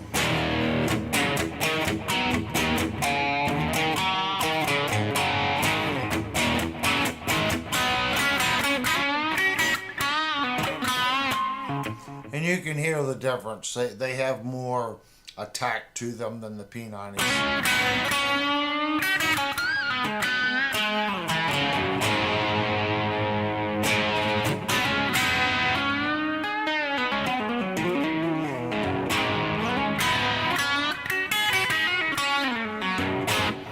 Now, the action on this guitar is slammed, so it almost feels choked a little bit.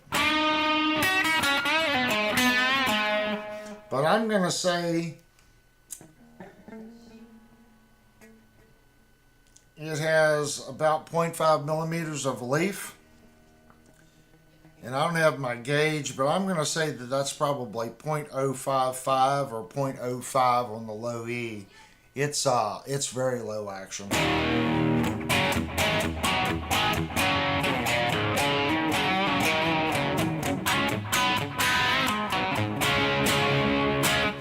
That's our bridge.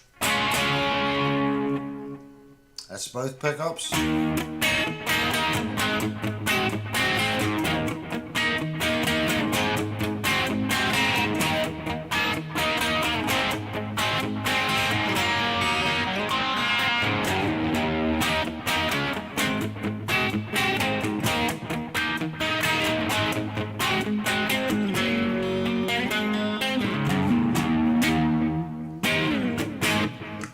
Go up to our neck. Boy, it got really dark. And it just died. Dirt in the selector.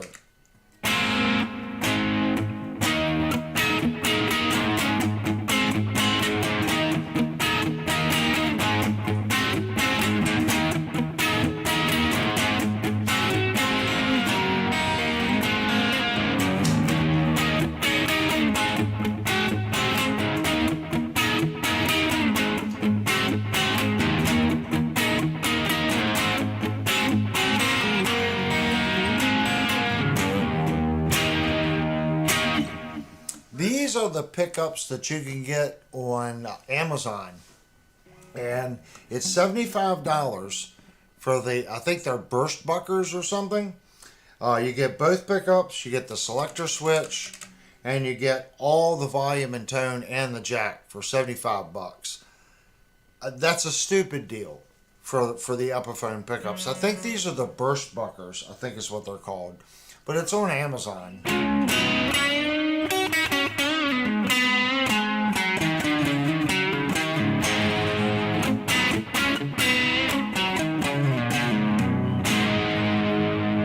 That's neck, both pickups together.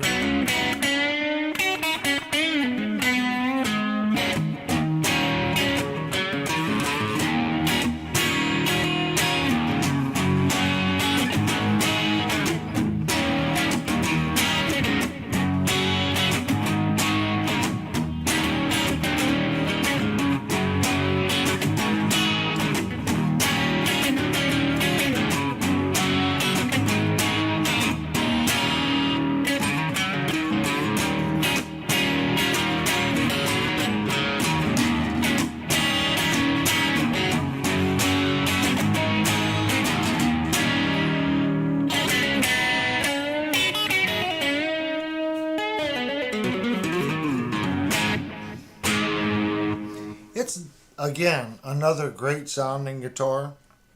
And for whatever reason, this is the Firefly everyone wants. Nicholas has to go. He says he has to take care of his diabetes. Yeah, I'm a diabetic too, so go take care of it. If you've got to eat something, and if your sugar's high, take some insulin, man. I know exactly what it's like to have your sugar go wacky.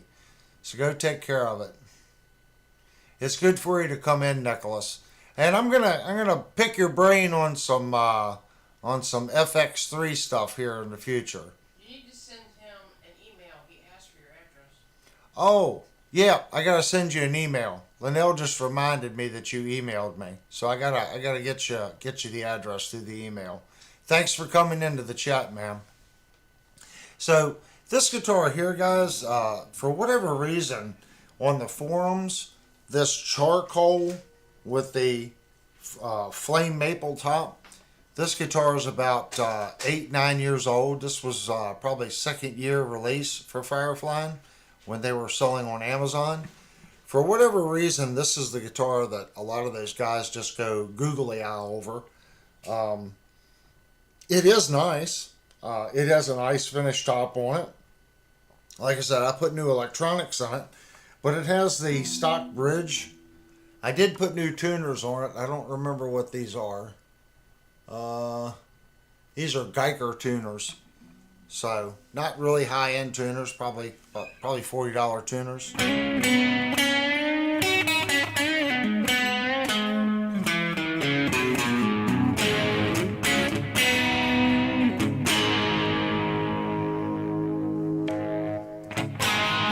And let's hear it with some high gain. Everybody knows I like high gain. Let's do some high gain.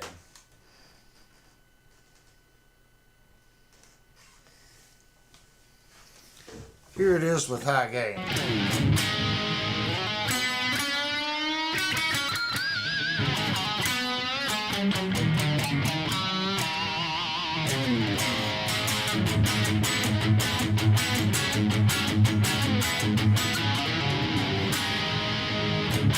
Let me tune it.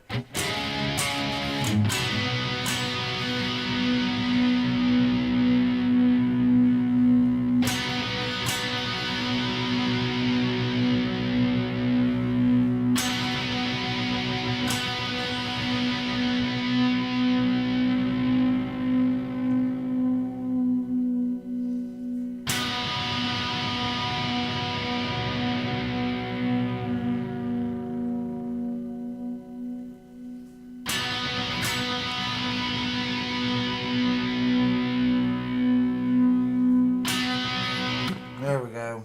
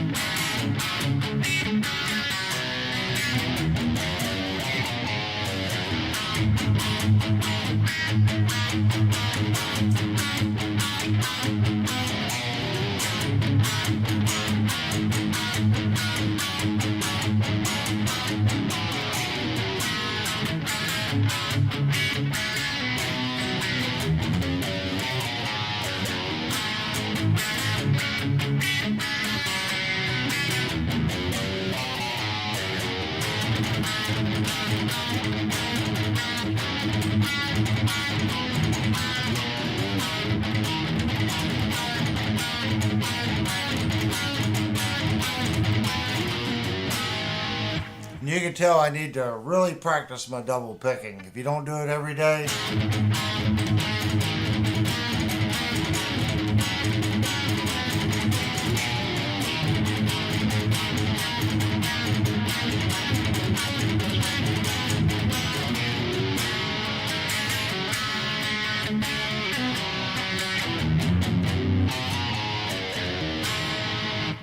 the guitar sounds good.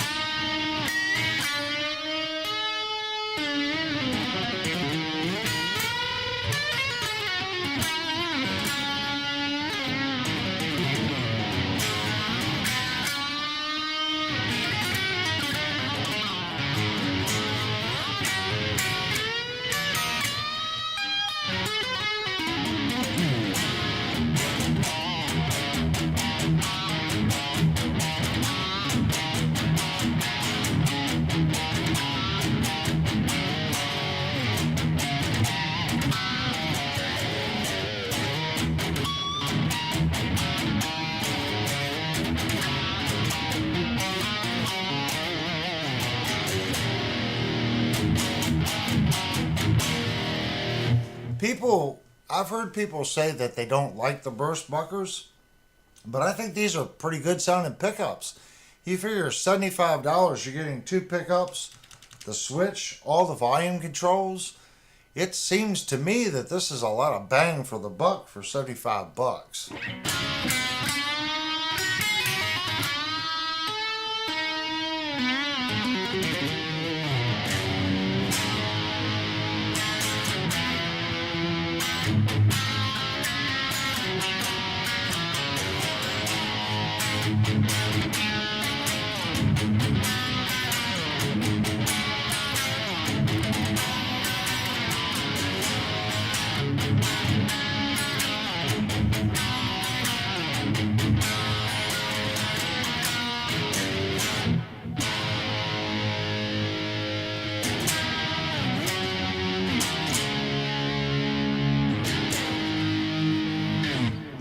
I don't know what you all think about that, but in my opinion, that's a lot of bang for your buck on the pickups. Do you know In the Still of the Night?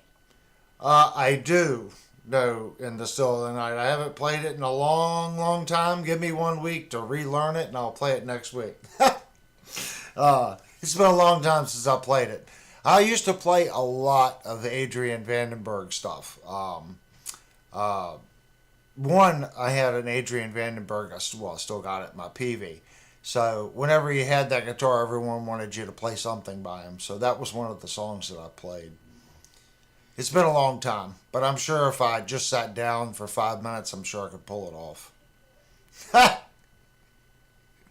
You know, if you got one of his guitars, you got to play one of his songs. It's just like I learned a Rush song when I reviewed the Epiphone guitar here.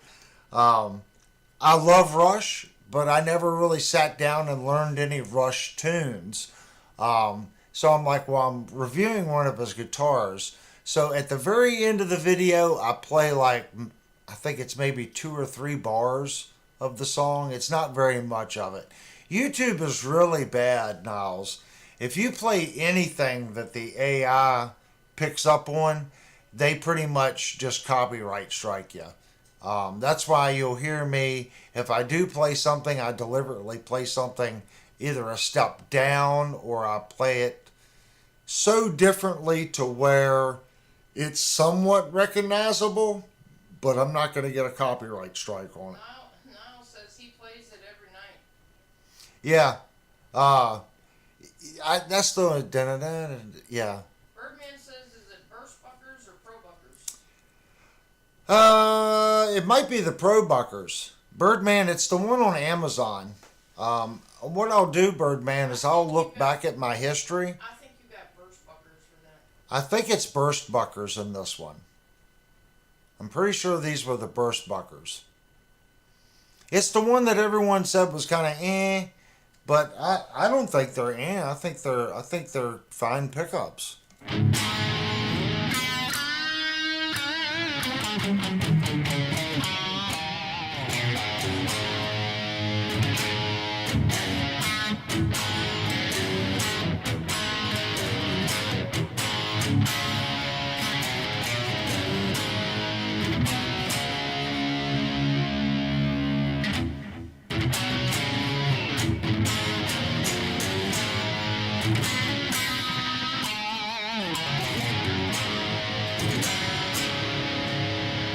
They break up well on the opens.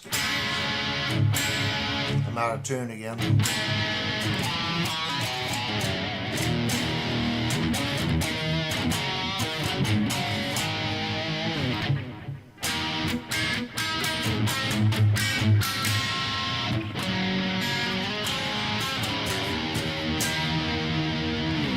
I mean, you can hear they get a little muddy on the articulation, but you're buying all the volume pots, everything for $75. Niall said it's not a Vandenberg song, it's a John Sykes song. Yeah, John Sykes, I think, is the guy that actually wrote it, but Vandenberg was the guy playing it. I don't know what actually happened there with those guys, because I know John did all those songs, but on tour it was Vi and Vandenberg playing them. So it was kind of strange.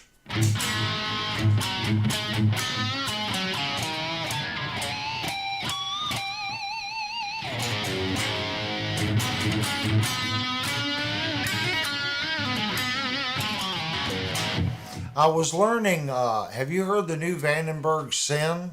That's an awesome tune. His new album, Adrian Vandenberg's the new album's actually really good. He's got a song called Sin on there, and that is a really kick butt song. Even Trinity likes that. Yeah, even my daughter likes that one, so that's a good tune.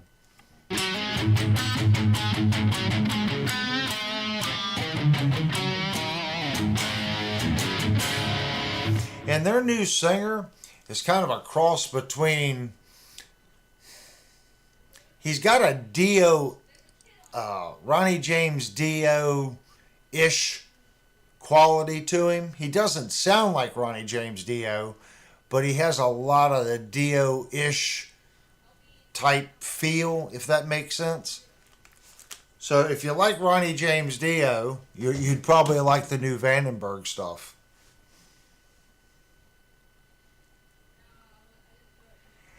Well, Vivian Campbell, yeah, Vivian Campbell was there too. So which album was it where it was Vi and Vivian, and not Vivian Campbell, Vi and Vandenberg? Vivian Campbell's the one that got Vandenberg with Peavy because Vandenberg was playing, I believe, Fernandez, and Vivian Campbell got him with Peavy, if I recollect. And then all of a sudden, Vivian Campbell was gone, and then Vi stepped in. It was a very strange, probably year and a half between Sykes, Vivian Campbell, Vi, and Vandenberg. Slip of the tongue. Slip of the tongue. Yeah. Yeah, I didn't keep, I mean, I loved the band, but for the, at my age, I didn't know what was going on. I didn't know about Sykes. I mean, I knew he went on and did Blue Murder, but in my area, that album just didn't catch on. It was out for about a month, and everyone seemed to like it, and then it just disappeared. It's like no one wanted to like it, or MTV didn't want to like it, or whatever it was at the time. But in this area, Northern Virginia, on the East Coast, I don't think Blue Murder really did what they thought it was going to do. And of course, Vi, really after 93, 94, it kind of went on the obscure side too.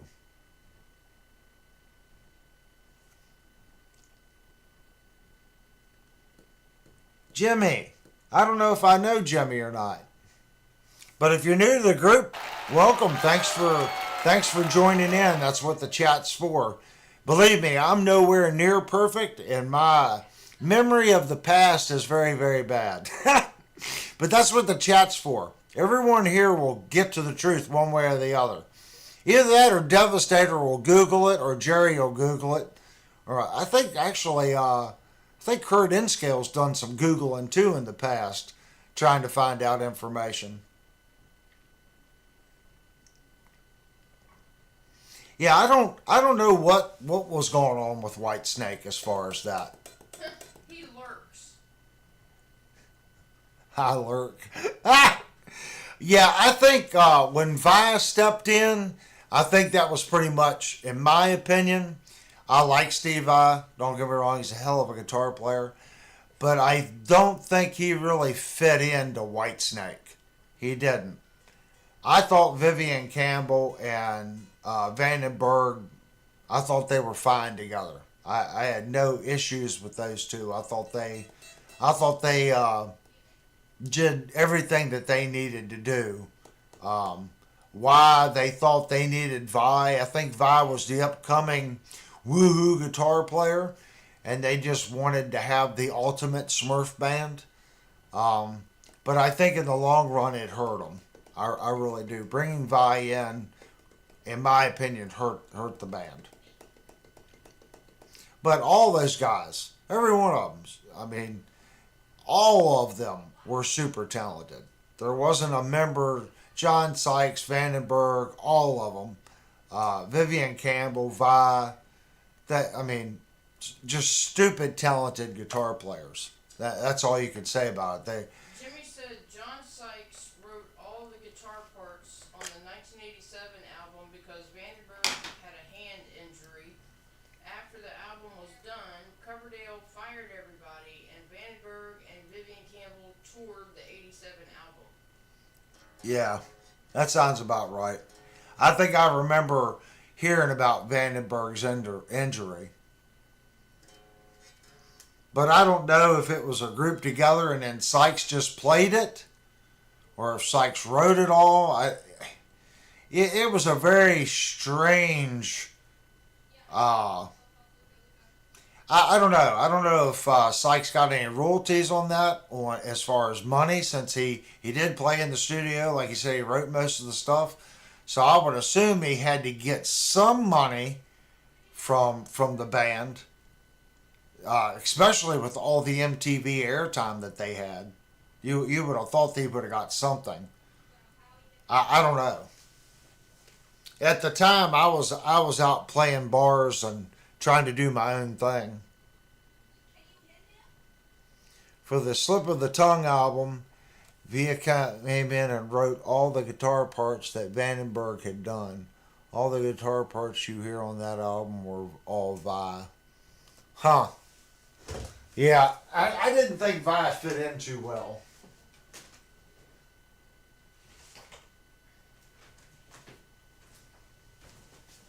And believe me, guys, I am 100% a Steve Vai fanboy. I love Steve Vai. Great, great, great, great, great musician. I am going to check the time. It's 10 o'clock. It's 10 o'clock. Yep. You know what that means, don't you guys? You're a half hour late. Oh, yep, I'm a half hour late. That's what that means. Jerry is underneath the table, half bent over, squeezing his legs together, going, I need my break. He hasn't said anything. He hasn't said anything, but I know what's going on. So if you're not familiar with the live stream, we usually take a little intermission. Everyone could go fill up their drinks, go hit the restroom, do all that neat stuff. And it's usually about 5 minutes, and then we come right back in and talk about bands and music equipment and stuff like that all over again. So we're going to hit our little intermission scene, and we'll be right back.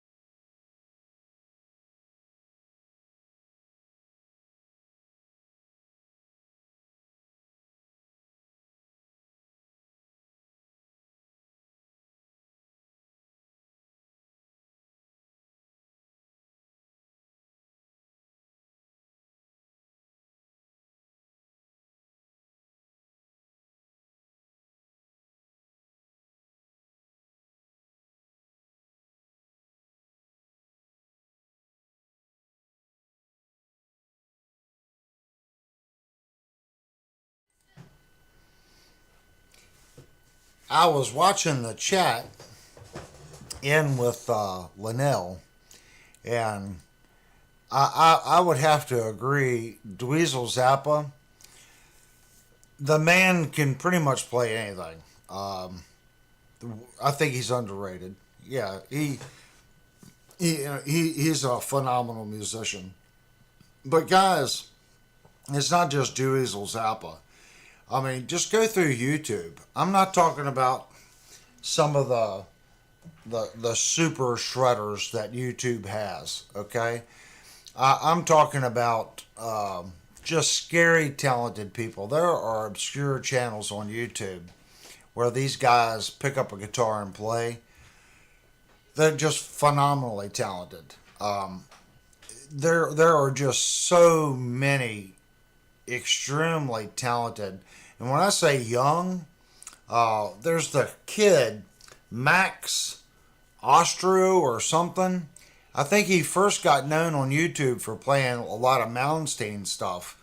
He's in his 20s now, believe it or not. That dude, I was getting ready to call him a kid because when I first saw him, he was a kid. That man can play a guitar. It's Max something. If anyone knows who I'm talking about, they can type it in the chat. But he was first known for playing just a tremendous amount of Yngwie Malmsteen stuff. Very talented. I mean, that's the only one that I can pull off the top of my head as far as YouTube artists. But there was a lot of bands back then that were just underrated, that didn't do this or didn't do that, and they didn't get, the MTV push or the airtime push. But we can go back and we can listen to those bands now. They're great. They're great bands. I listen to Blue Murder. But when I think of underrated bands, I think we were talking about them the other week. There's just so many. Blue Murder was one of those bands that got a lot of push when they first come out. It just didn't take off. The label kind of pushed it a little bit. It didn't take off. So once it didn't take off, they were just kind of like, they kind of dropped it.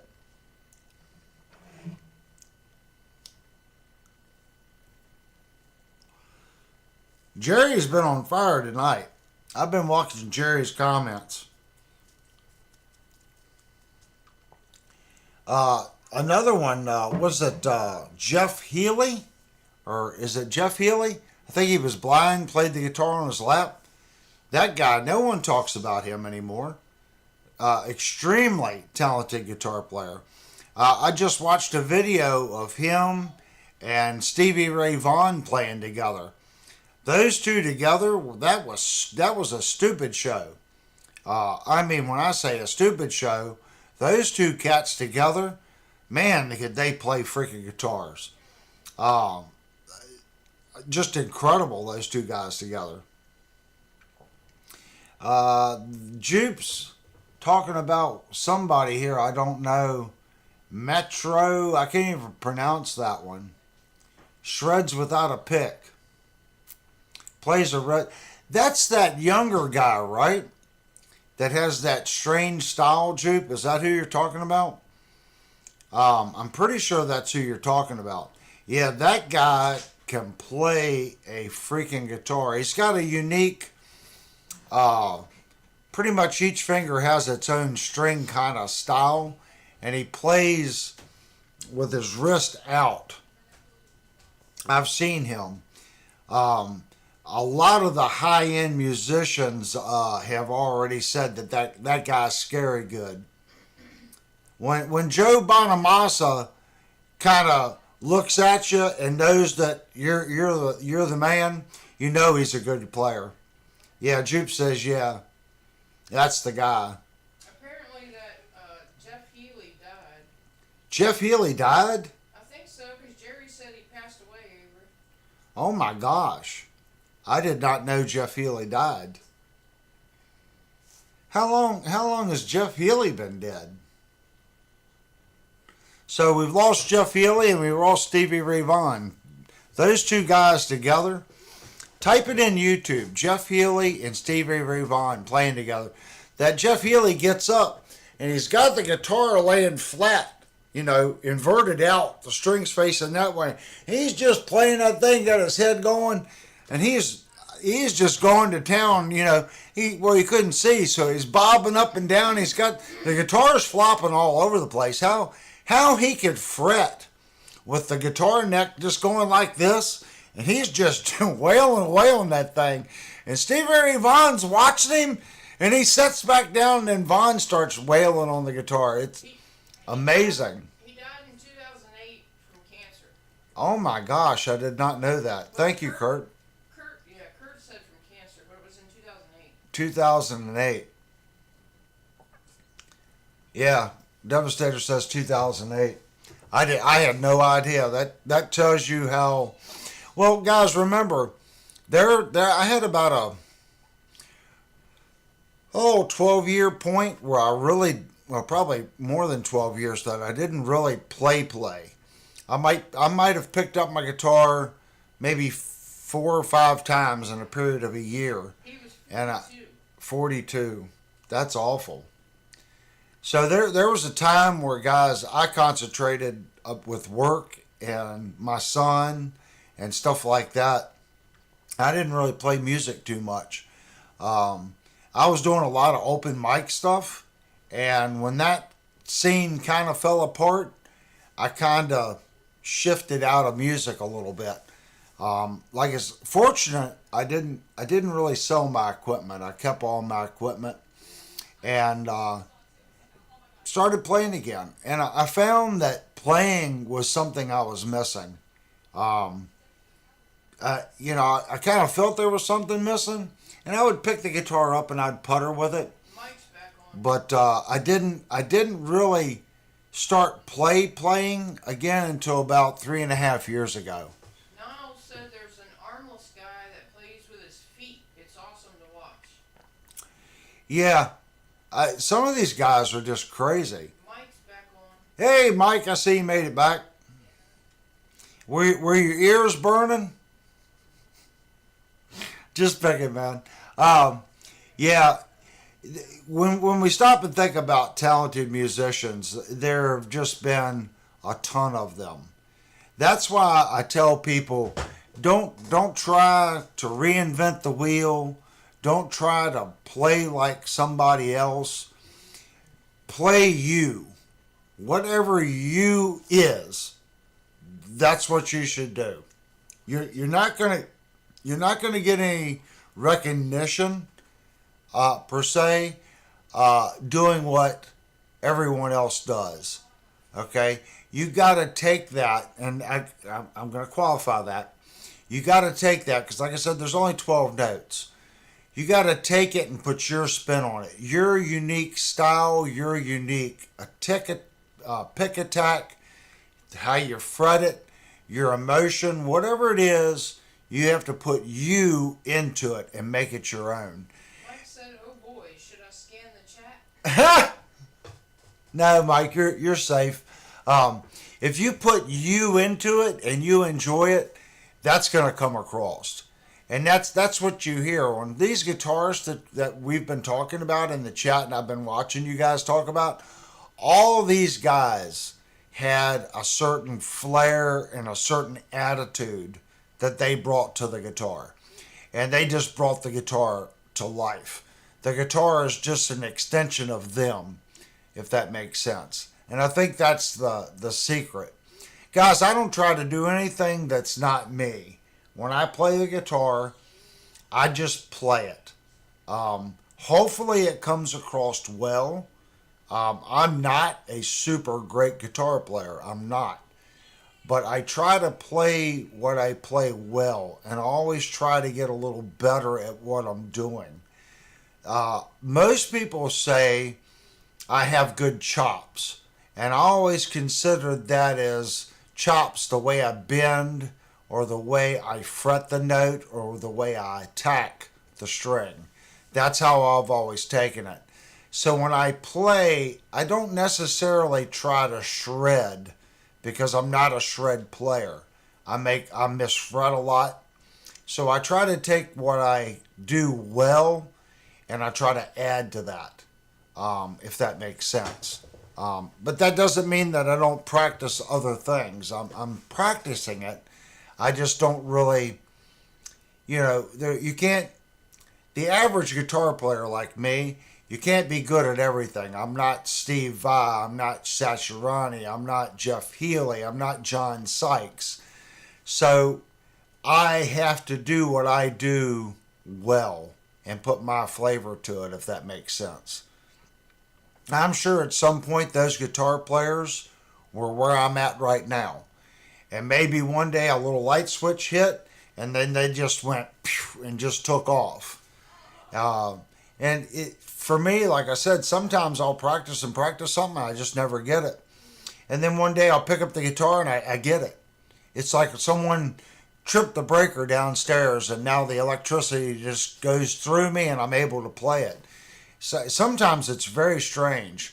It's something I've struggled, and then all of a sudden it's like, oh wow.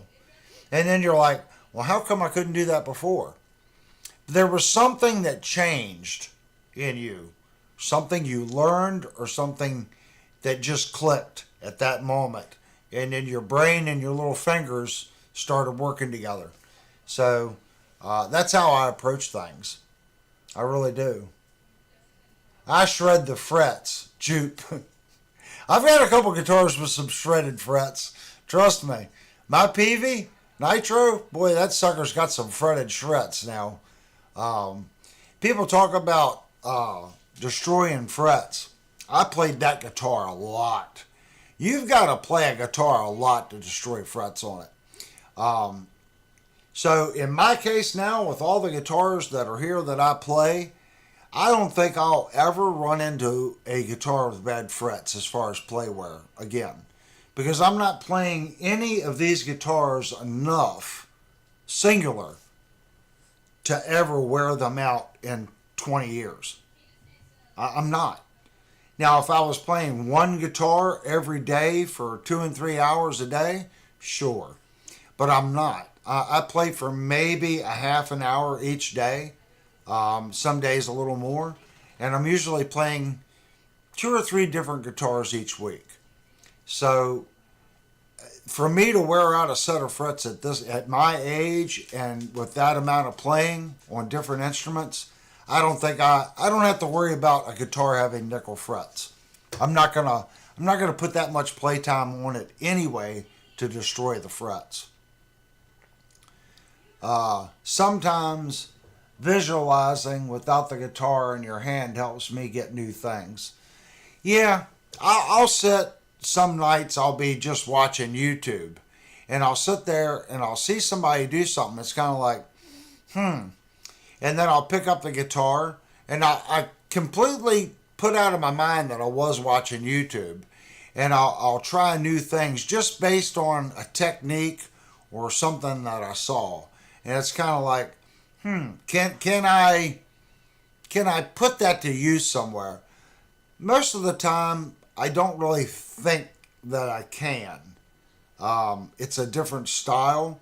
But then I catch myself 6 months later going, hey, I did adapt that. Because I took a night and I just practiced it. And I didn't, subconsciously it kind of stuck, if that makes sense. Sometimes that happens. Mikey, Roy Clark was phenomenal. That dude could play. A lot of people do not give Roy Clark props, but that man could play a guitar. He was like the country shredder. I don't even know if you can call what Roy Clark played country. I think he upset a lot of country artists. I guess he was country, but my gosh, he could shred on that guitar. He was I'm going to classify him country shredder metal. I guess that's what you could call him. Roy Clark was bad. I remember, what was that show? Hee Haw, wasn't it? Hee Haw? He was on? That dude could play. I guess that's showing my age if I could pull Hee Haw out. But he was good. There's a couple guitarists now in country that are phenomenal guitar players. It's not just rock and jazz and and modern. There's like I said, there's no loss of talent out there. The difference now is now we have social media and we have paid for song platforms. So you don't have large record labels doing a tremendous amount of advertising for artists. So a lot of these artists kind of slip between the cracks because they're just selling their music on Patreon or Apple Play, or they got a YouTube channel trying to make a living doing that. So you don't have the big financial push of the label or Ticketmaster or whatever. It's a different way music works now. Yeah, Prince could play. There was no doubt Prince could play. Now, there's a video of Prince at some award festival. He's playing with a bunch of guys, and at the end, he just wails into the lead. And I think everyone was a little shocked. Prince just said, "You know, I'm going to show these guys that I can play this guitar," and he just starts wailing on that thing. I'm pretty sure it was an award show at the end. He was playing with Tom Petty, a bunch of people I wouldn't think Prince would be playing with. That's why I thought it was unusual. And at the end, he just lights that guitar on fire.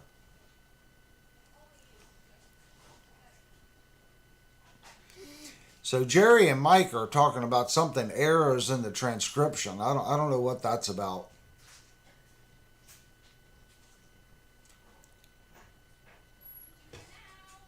Is that right, Niles? John, so you all are talking, oh my gosh, Jude.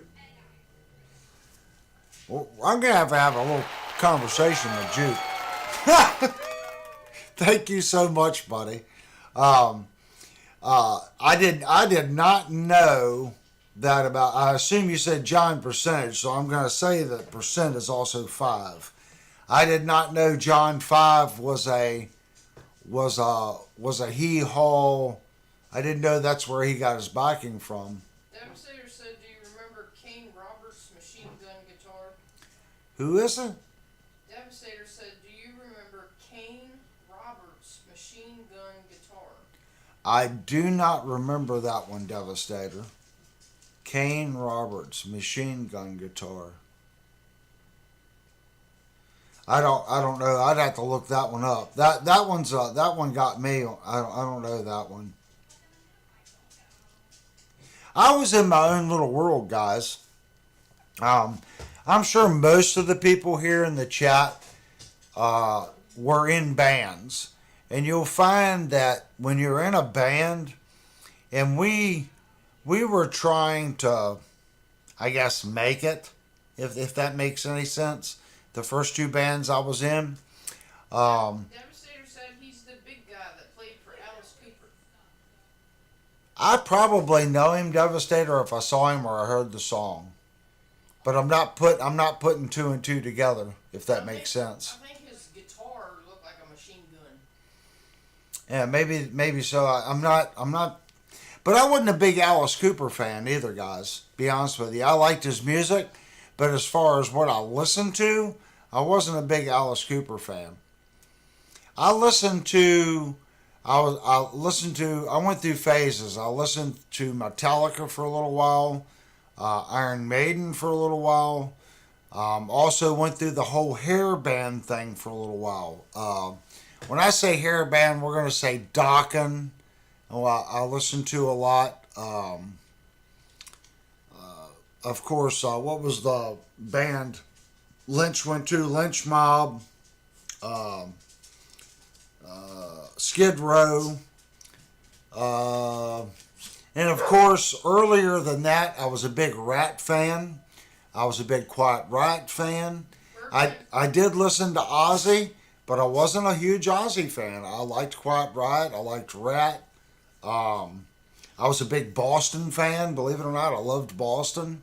Birdman says, who named their guitar Rockmaster first, Peavy or Miller?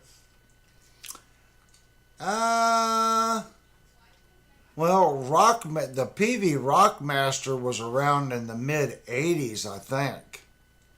Was the first Rockmaster Peavy had. It could have been late 80s, but I'm thinking it was mid 80s for Peavy. So I don't know when the Miller was made. I'm not saying I wasn't a fan of Alice Cooper. He wasn't really on my list of people that I had in rotation, if that makes sense. So I got a Skype message, so I'm going to fire up Skype here. Okay.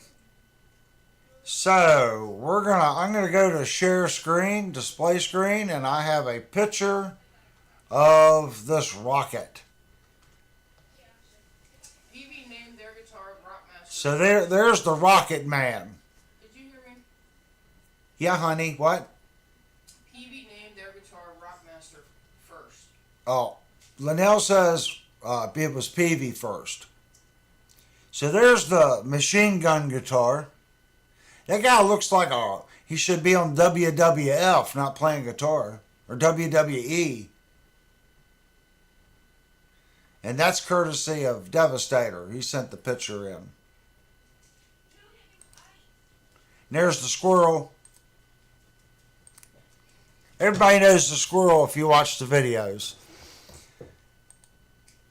So if you didn't know, guys, I've posted the Skype link, which is now Microsoft Teams, whatever you want to call it. So you guys can kind of send pictures and stuff like that via that, and I could share it through the share screen app on OBS. So more people can participate. I saw that, Mikey. He is jacked. Yep. Cinderella. Yep. I did listen to a lot of... I liked the voice. He had a real raspy voice in Cinderella. I'm trying to think. I listened to... When I got out of that and I started playing more, I listened to a lot of Yngwie Malmsteen and that Alex Godfrey, which very peculiar guitar player. He was the guy that played the pentascale guitars, and it was either Fender or Gibson actually made a run of these guitars that had different tuning. They didn't go over well because you had to relearn guitar. All your G chord, Z chord, nothing would work on a penta guitar, and it was a different way of tuning the instrument and different. It wasn't like E A, It was completely different, and supposedly it was a more accurate tuned guitar than a guitar. And that Alex Godfrey was the one that come up with it. If you type in penta tuning Alex Godfrey or whatever, it'll come up. If you have one of those guitars, it's worth quite a bit of money now, but I can't remember if it was Gibson or Fender that made those. And they were very rare. Jerry said Alan Holdsworth. Yeah, Alan Holdsworth. That guy, another stupid talented. I love the way he plays. After I listen to about 15 minutes, though, I'm ready to move on to something a little different, if that makes sense. When you say Alan Holdsworth, if I had to pick Alan Holdsworth or Greg Howe, I would listen to Greg Howe. I was listening to Greg Howe in the late 80s, early 90s. The dude, Greg Howe, another way underrated musician. He should have done way more than he ever was able to do. Way more. Yeah, Jupe says Alan was phenomenal. How many people know Greg Howe? If you don't know who Greg Howe is, you need to go back and listen to every album that man's done. It's like a fusion rock, jazz, all kind of mixed together. His earlier stuff was more rock. If you go listen to the late 80s, early 90s stuff, it was very, very rockish. Now it's more fusion, retro, jazz that he does. Michelangelo, Beethoven. Yeah, That's what I'm saying, guys. We can sit here and play this game all night long. There was just a phenomenal amount of what was that guy in Government Mule? He was I forget the guy's name. He was stupid good too. And then uh, uh, the name's right on the tip of my tongue. Oh, he had the like blonde bouffant hair that stuck out everywhere. Played a lot of fusion type jazz. Jupe said Greg Howe was awesome. Yeah, Greg Howe is awesome. Exactly, Jupe.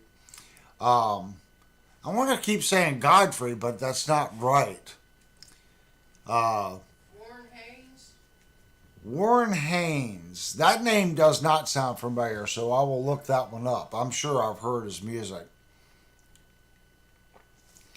But that one doesn't sound familiar. Honey, can I have my smokes? Are they in there? Did I carry them in? Yeah. I think I played too much tonight, guys. My wrist is very sore. I'm hoping that I did not fracture it, but I'm thinking I did. Jupe said John 5.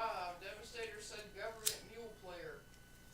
Warren Haynes was a government mule player, apparently. Oh, Warren Haynes was. Well, see, I didn't know what his name was, but that guy was awesome in Government Mule. I remember the first time someone said, "You ever listen to Government Mule?" And I'm like, "Huh?" And he's like, "Well, it's a band." I'm like, well, "Who would name their band Government Mule?" He's like, "Man, you got to check them out." And I remember the first time I heard it, I was blown away at what those guys were doing. Stupid talented. And this was, long before YouTube, guys. I mean, these were guys that figured things out by ear and just had just a stupid ability of being able to figure things out and just click as a group. Nowadays, if YouTube existed back when I was 15 and 16, the progression of learning would have been so much better. And I'm not saying everything you watch on YouTube is correct, but being able to hear a note and see what the person's doing is worth $1 million. I would sit with a tape deck, rewind, play, rewind, play, rewind, play, rewind, and just wear a tape out, trying to figure out what the guy was doing. There was no visual part there. Back then, you might be able to get a VHS tape of some of these artists, and they were like $30 or $40. And it was 45 minutes long, and they would teach you X. I probably had a couple of those. You get a book or two with tab, but it's not a connection like you can get on YouTube. You can watch a couple different guys play it. You can get a really good understanding of it. Your eyes and your ears and everything work together. You would have progressed so much. Well, I know I would have progressed so much faster having that tool instead of wearing out cassette tapes.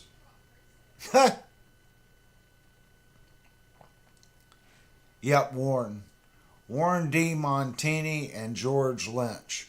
Yeah, Warren D. Montini was awesome. Like I said, I was a big Rat fan.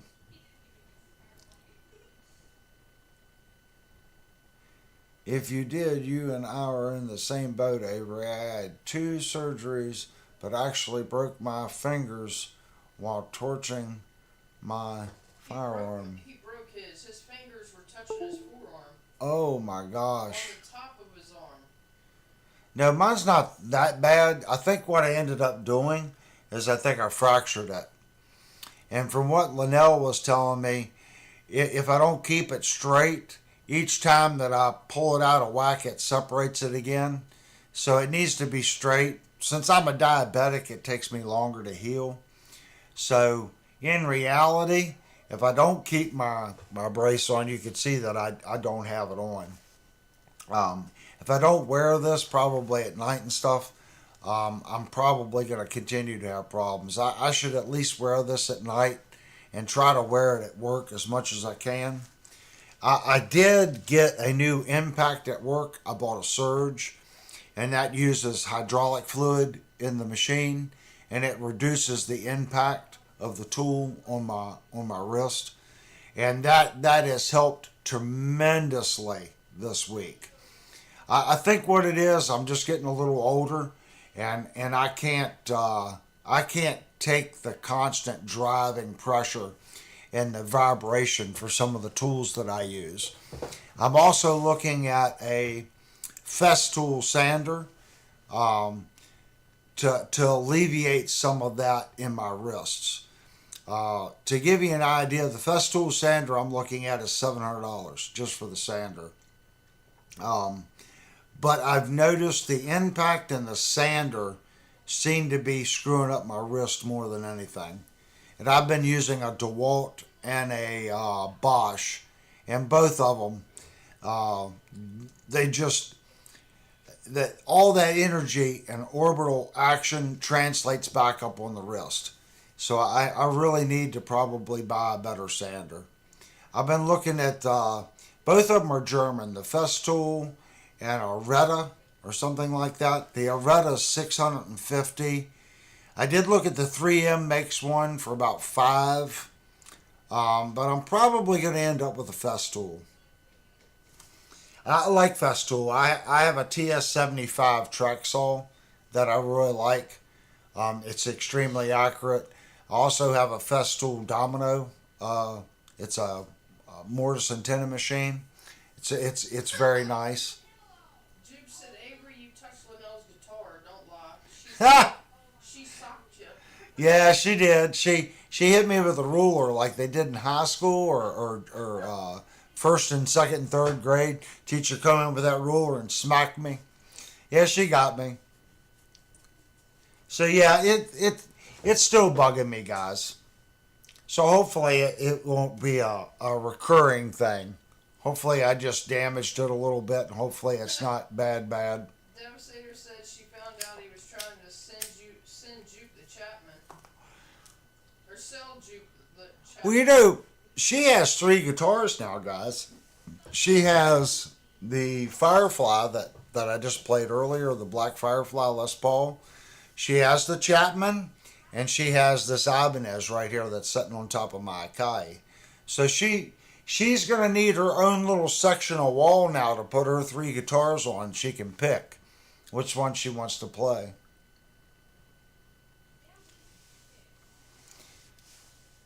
Mikey says Bosch is a good screw gun. I'm not. I used to be a big Bosch fan. I've kind of strayed away from Bosch.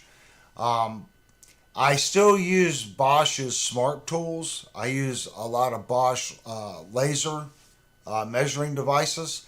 I actually have a Bosch what's called a crown tool, and basically it's a digital protractor. I have two of those. I have a couple Bosch calculators as far as elevation calculators and distance. It like shoots a beam. It'll scan the room. They're all Bosch. But as far as Bosch tooling, the only thing they're making now that I find interesting is the new 12-inch slide saw, because you could set that right against the wall. It doesn't have the tubes. It uses fulcrum arms that separate so the saw slides back. I think that would be good in a shop environment. But I've been using a lot of Milwaukee stuff, and only because of the batteries. The Milwaukee batteries seem to hold up. Devastator said, I see an open space on the wall next to the door. We're getting ready to do some changing. This TV is going to come off the wall, and this wall over here is going to get reorganized. I've got some work to do on this door. Behind that door is the steps going up to my second floor. So my plan was to take that door out and open up the steps. So I'm just going to have a wall from basically where the TV starts to this corner. Niles said he'll see you next time. He's going to bed. Okay, Niles, I'm almost there too, buddy. I usually go until my throat starts hurting and my throat's starting to bother me. Good seeing you, Niles. We'll see you next Thursday. Next Thursday, we're going to do something different. We're going to review something. Look, Jerry said I see a lot of space in my man cave. He gonna keep on. I mean, he don't get none of my guitars. Linnell's in here's like, you can keep wanting, the Chapman's not going there, Jerry. No. She's like, no, it's not happening. She's in there giggling. All right, y'all be good. Oh, is Pentagore going too? I think so. Yep. All right, Pentagore. Thank you guys for coming into the chat. Since you guys are going early, or before the stream ends, I just want to really thank you guys. You guys are what makes the chat.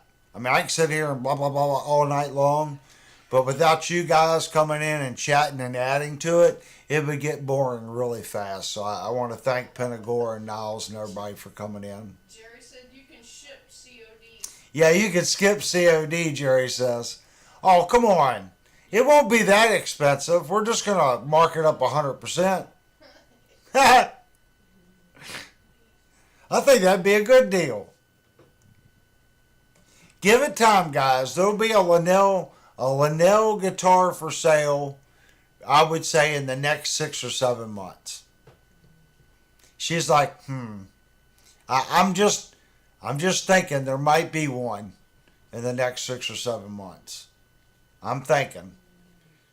I don't know. Because one of them was going to go to the pawn shop, and I saved it. I saved that guitar. But I don't know. She might be bonding to it now. Avery finally found a Renegade. Oh, I thought Mike said he finally... Yeah, he said Avery finally found a Renegade. Yeah, Mike, I got that quite some time ago. It was bought on your recommendation. Let me switch my camera angle here. You can see right there. Mikey's going. Right there is my Renegade amp, and that's sitting on top of my PV 4-speaker cabinet next to my rack. And that Egnator, guys, that's a very nice amplifier. Mike turned me on to that. I told him what I was looking for, and he said, well, you should look into a Renegade, an Egnator. And I was looking and looking and looking, and I ran across this one. This one was about 2.5 hours away from where I lived. He meant he found one for himself. Oh, you found one for yourself. Oh, my gosh. Birdman wants to know if you're reviewing the Gold Top Thursday. We can. If everyone wants to, how many people want to review the Gold Top next Thursday? We can do that. I think Jerry asked if there was a review. No, there hasn't been a review. That was Mike's guitar.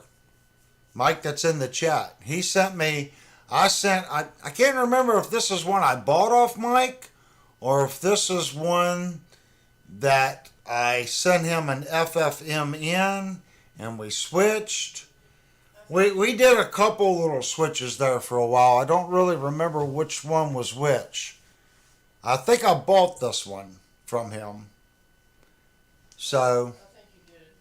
I think I bought that one. So, yeah, we'll go through it and check the pickup output and give it the once over on Thursday. We can do that. Y'all talking about the Kramer? Yeah, Jerry said the Kramer looks tough, Devastator. Yeah, this is mean. Jupe said yes, review it. This guitar is reviewed on the channel. This was one of the very first guitars. The Gold Top is what Jupe's talking about. Yeah, we are reviewing the Gold Top on Thursday. Jerry said it should have been done. Slacking, get the cracking. There's actually been probably 4 guitars that were bought for the channel that did not get reviewed. That eventually just got sold off before they were reviewed. And that's fine. At some point, it's like this Gold Top. I'll go ahead and review it. But usually when I do reviews, I want to make sure it's something that they're going to bring back. And I doubt very seriously that Firefly brings this model back simply because it has conventional frets. And to my knowledge, almost all the Fireflies now have ball end frets. This was probably one of the last quirky one they did that had conventional frets. But it's a solid instrument. Yeah, everybody wants you to review the Gold Top Thursday. Okay, well, we'll do a gold top review on Thursday. We can do that. We can do that. And then, like I said, probably on Thursday, guys, we're going to have Jupe's first video up.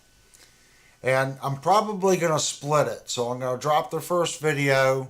It's probably going to be about 30 minutes long. Keep the YouTube gods happy as far as me dropping videos. They're going to penalize me this week because I didn't drop a video. That's fine. Next week we'll drop Jupe's video probably on Tuesday. So then we'll have a live stream on Thursday. And I think I've already got all the fret stuff done. So I know I've got enough footage on the fret leveling stuff to do a whole nother video. Might be able to squirrel mode some of that, and get it down to 30 minutes or 40 minutes as far as all the fret leveling and crowning and dressing. So do that on a video. And then I think the next video will probably be the bridge. Steven just came in. Oh my gosh, Steven's in here. Steven always comes in on the late side. I'm going to say, Steven, are you more of a West Coast? He's not always late. He's not always late? No. Some people like Dean, I think Dean is more West Coast, if I remember correctly. I'm pretty sure Dean said that he was West Coast. I know Mike is. So where Mike's at, I think it's 3 hours earlier than what I have time-wise here.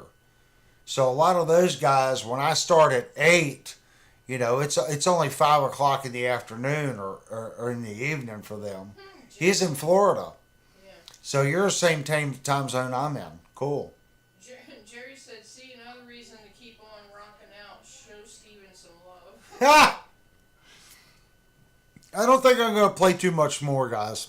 He's just talking about you staying on, I think. Yeah, my wrist, you can see that it's swollen.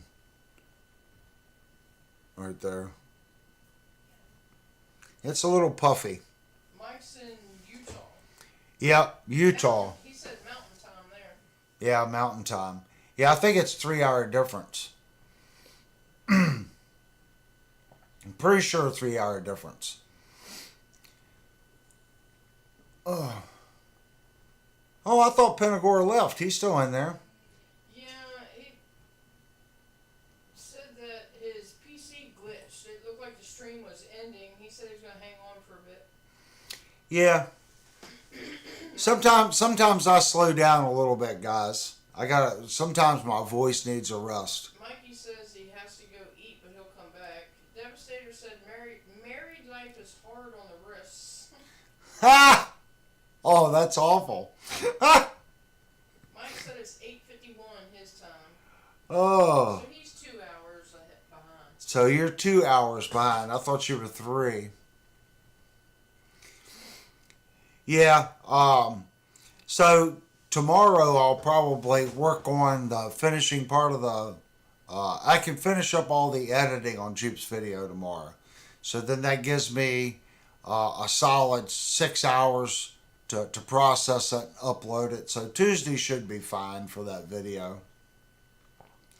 And then if we're doing the review on that, that'll give me time to get the tools up here so we can do a live review. So that'll work, guys. And like I said, I'm going to have to go through. I found a window on YouTube Studio that tracks all the super chats. So I will post the totals tomorrow. So on that post, everyone can chime in on if they what they want to do, what the goal is. So, and that's all up to the subscribers of the channel. And something I don't know if you guys noticed, I don't have subscriber mode on only now. So the reason I did that, if new people come in, they just want to come in and hang out for the evening. Maybe they're not really technically into the channel, but they can still come in and chat. I thought that would be cool to do that. Devastator told Jerry you said a 6-hour stream tomorrow. What's this? Devastator told Jerry that you said a 6-hour stream tomorrow. Oh my gosh. I don't, Jerry said what time? oh yeah, thank you so much, Devastator. Yeah, it was a hard, at 1,975, for whatever reason, when I hit 1,975, it just did this for 3 months. Up, down, up, down, up, down, up, down. And each week, I would only gain maybe 3 subscribers or something. It would go up and then back down, go up and back down. And it always went up, it always stayed up just a little bit more. And then all of a sudden, about 2 weeks ago, there was a shift. The YouTube AI started shifting things in my favor again, for whatever reason, for 20 quick ones. Yeah, 2,000. Jerry said 20,000. Let's go. 20,000. You know, all I gotta do, guys, is hit 3,000. That's my goal. Because the little one in here says, when I hit 3,000, I'll be cool. And when the daughter says the old man's cool, I'm set. So 3,000, the old man's cool, so I'll be happy. I think when she said that, she was probably like, oh, he'll never get 3,000. So we'll just say, you'll be cool with 3,000. I'm like, okay, well, I got 1,000 more to go, and then according to her, I'll be cool. So that's my goal. When I hit 3,000, then she'll say, well, I meant 30,000 or 300,000 or something. She'll come up with something that'll cut me down a little bit. But yeah, I was very happy to see it hit 2,000. The amount of time and work that's went into the channel, it's kind of crazy. And I was trying to really push things, and I'm not going to do that. I still want to do quality videos, so if it's less video, YouTube's going to do what YouTube does. I don't care. Yeah, she'll up the ante at 2,999 exactly, Jerry. That's exactly what's going to transpire. Thank you, Pentagore. Yeah, I think we were at 2012 before the stream. I was at 2011 Friday, and then I checked it late Friday night, and it went to 2010. And then midday today, we picked up 2, so then it went back up to 12. So you're always losing one here or one there, and that's fine. At least at that point, you know they're real people. You know it's not just some AI system making you feel good. That there are some real people there. And it could be, I know I've subscribed to channels, and then all of a sudden I'm not subscribed to channels. It's kind of strange. It's like I got to resubscribe. I don't know if that's YouTube. If I don't go and watch one of their videos after X amount of time, it kicks my subscription. Well, it shouldn't. I should have to hit unsubscribe. But it's happened to me. I was subscribed to Philip McKnight for over a year, and then I wasn't getting any messages. So I found this thing, and it said subscribe, and I'm like, what do you mean subscribe? I'm already subscribed. So I had to resubscribe. So I think that's a YouTube thing.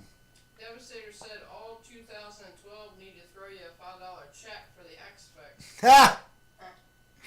Yeah. Actually, it wouldn't need to be $5. At that point, it would only have to be like $1.50, $1.60. Because I think it's like with that and the FC12, it would be like 3,400, something like that. And just the unit itself is like, I don't know what. I'm sure they're going to charge me shipping. I think it's 2,400 for the FX3 with the updated turbo module. So they'll be shipping him with that as well. So I haven't went that far with the cart to see what they're going to charge me in shipping. I'm going to guess it's going to be $100 in shipping because of the weight and the size of the box. Tariff fund. Well, you know, I'd be honest with you. I don't know if we're going to see that much change, Devastator, to be honest with you. And if we do, it's not going to be as bad, I think, as most people are thinking. Maybe a $30 or $40 shift, something like that. Steven said you do the best in-depth reviews, right up there with Phil McKnight. Yeah, thank you, Stephen. I try. Philip has a lot of people behind him. So Philip has a lot of help. So he's able to do really so much more than I can do. His cameras are better. He has better, editing computers. He has people that help him edit. So there's things that, as far as this channel is concerned, to get better, I am going to have to invest in a new computer, and eventually I will have to invest in better cameras. I'm still using, I think I showed this on the last streams, I have modified GoPros, and these are in the small rig platforms, and I do not use any batteries in my GoPros anymore because the batteries overheat. So I come out of this plug to an external battery, and that has solved my overheating issues. Steven said you're more fun. Yeah, well, thank you. So I really, not saying that these are horrible cameras. The big, and it could be the same with a DSLR. I have no idea. Let's say that I do 20 minutes of recording on this camera. This camera divides that into sections. If I'm to download without taking the micro SD card out and I plug directly to the camera, 25 minutes of footage will take, I'm probably going to say 10 to 15 minutes to download onto my computer. So it's not very fast. And the other cameras might be the same way, but a lot of that could be my computer. The big problem is when I have like 3 video files and I'm stacking them, the computer won't do it. It'll only do 2 files simultaneously. So I really need to update my computer.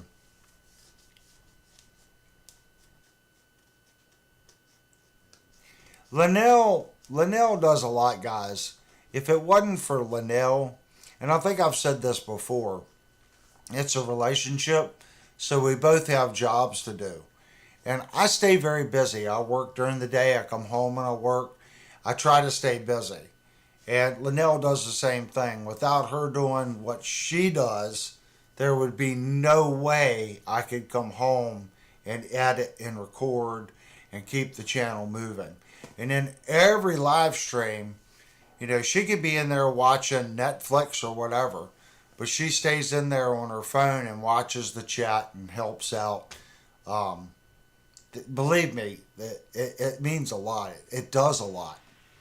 Now, we have Jerry, and we have Devastator, and we have Mike. Those are our 3 moderators. I didn't want to be, well, Linnell's a moderator too. So technically we have 4 people. And I go to a lot of these channels and I see the exact same moderator on 5 or 6 different YouTube channels.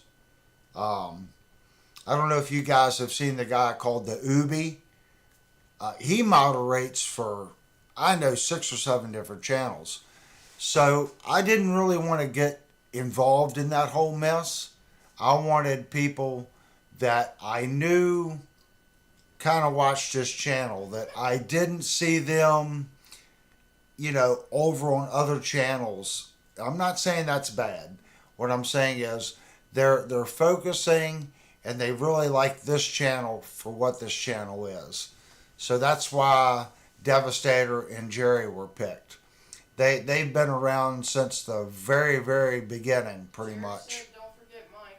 Yeah, and Mike. Mike was there at the very beginning as well.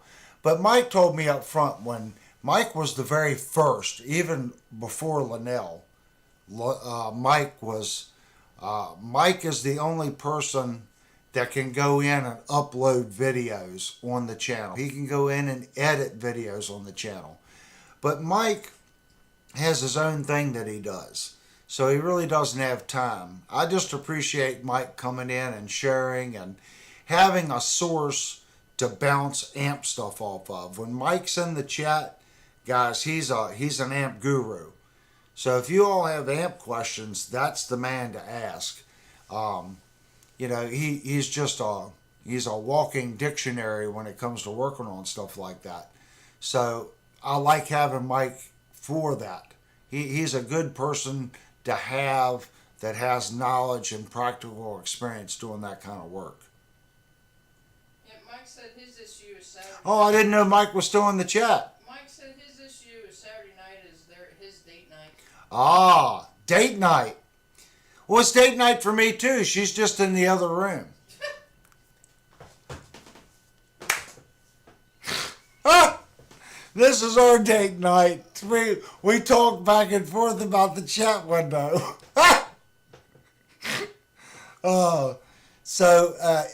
Really the channel, the channel, it's where it needs to be, if that makes sense. I wanted to pick people that I thought had a good heart and had the community in mind, if that makes sense.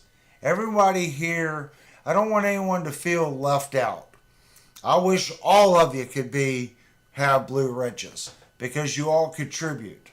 It's just I go to some live streams and every person in a live stream has a blue wrench. And that's cool, but I didn't really want it to be flooded like that, if that makes sense. So I tried to keep it down to where it's at now. Linnell is pretty much always here. So she's my indoor help, if that makes sense. Linnell's like, wow. Keep the main one happy, we'll survive. Exactly. And I say that all the time. I think I've said it a million times. Behind every really successful person, there's a better half behind them. Whether it's a successful woman or a successful man, they've got a partner back there giving them support. Devastator said it's an equal butt slap opportunity channel. Or in my case, proof when she broke my wrist. See, I've got evidence right here, guys. I was grabbing her Ibanez and she got me with the ruler. Ha! I have evidence. And now I just got to go to the ER and get documented proof. Ha! Documented proof.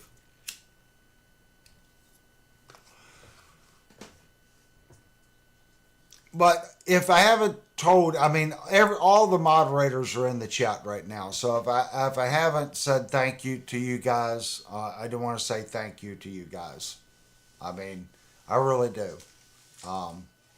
Every one of you are upscale good guys, and you're here and you contribute. So, and like I said, long before that, you all made comments and talked in the comment section of the videos. So it's not like you're newcomers.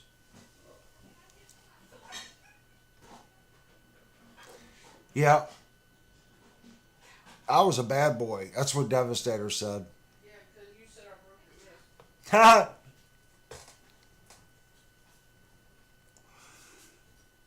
But I think I've opened up the door for anybody. It's supposed to be a community channel, guys. So I've given Mike the opportunity. Anything that Mike wants to upload, he has the keys to the door. So if you see something that Mike uploads, he has the opportunity to do that on the channel. He has 100% authority to log in and do whatever he wants to. Same with the Linnell. So, the next phase that I would like to do on the live stream chats, I would like to do a split screen to where we have 2 or 3 different people that are actually on screen and chatting back and forth. So that's going to be the next thing to do. I don't know if that's going to add legacy or, it's going to slow the thing down. But that is something that I would like to do. And like I said, keep in mind, I have a very old computer. So it might be something that we just have to wait until I update my computer before we can do. Yep, in the handcuff. Exactly.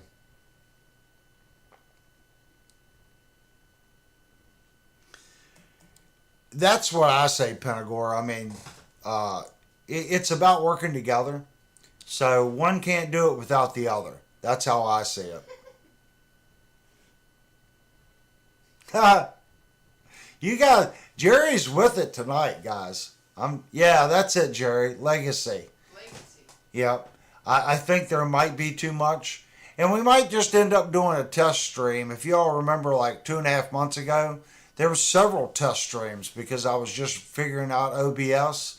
So we would just start a fake stream with stream keys that someone could join in that was invited, and we would just test it and see how much lag and delay and stuff and what we actually had to do to get the computer to do what it needs to do. Yeah, Kurt said you need a better computer to host. Yeah, I kind of figured I would. This is only a 4-core. I built it for AutoCAD. It is a 4.2 gigahertz 4-core, but AutoCAD at the time only used 1 core. So an 8-core and a 16-core computers at the time were running like 3 gigahertz tops. So I decided just to build a 4-core with a faster speed for CAD. And my video card is more CAD based. It doesn't like video editing, if that makes sense. So everything about this computer is the exact opposite I need for streaming and video editing. Yeah, it's a Xeon or an Exxon or a Xeon. I think it's a Xeon 4-core. Okay, he put a laughing face with tears next to that, so. Yeah, it's funny. I know it's only a 4-core, but even now, okay, it's hard to find a 16-core that runs at 4.2 gig unturboed. So that's the difference. For what this computer was built to do, AutoCAD uses 1 core. I needed the highest clocking speed that I could get on 1 core for CAD. So I think now you can get 5-core, but this computer is 4 years old, 3 years old, something like that, probably 3 years old. So at the time, it was reasonable for me to build what I built. I think what I'm looking at now is probably a 12-core, 24-thread, something like that. I either want that or a 16. I know I can't afford a 16, but I think I'll probably do a 12-core, 24-thread. And that should be fine. Should work just fine.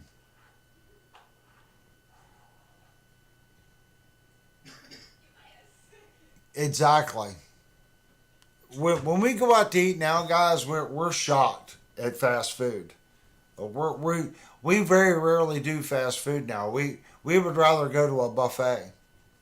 It's only a couple dollars more to go to a nicer place versus fast food. It's gotten crazy expensive.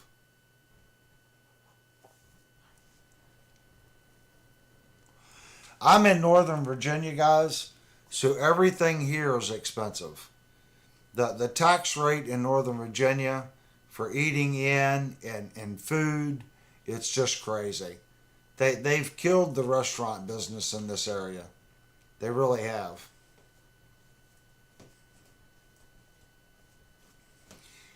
Alright guys, I don't mean to cut tonight's stream short, but my throat is getting sore. You can tell by my voice. I'm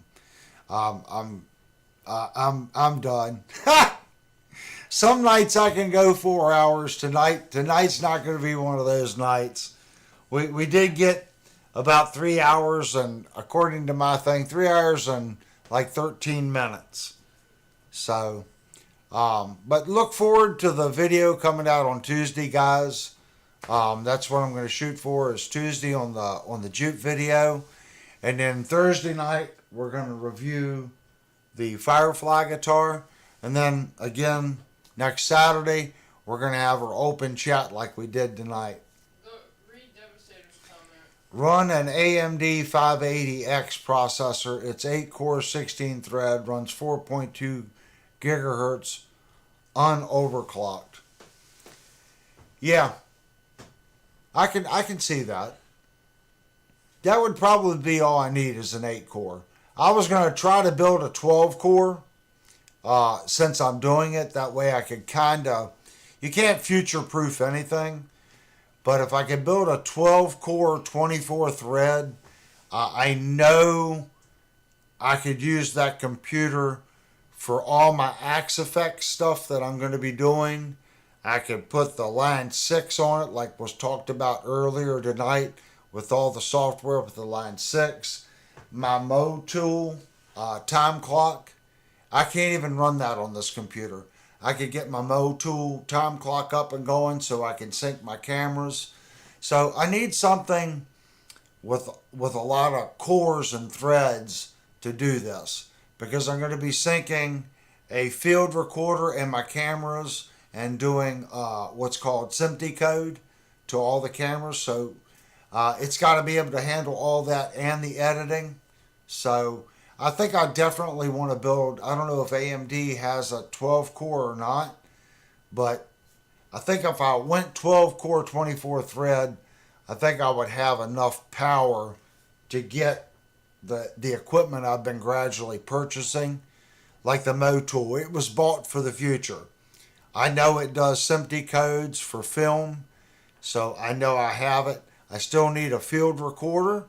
I still need better cameras, and I still need a better computer. But right now the computer's pretty well needed, just even with the video editing that I'm doing.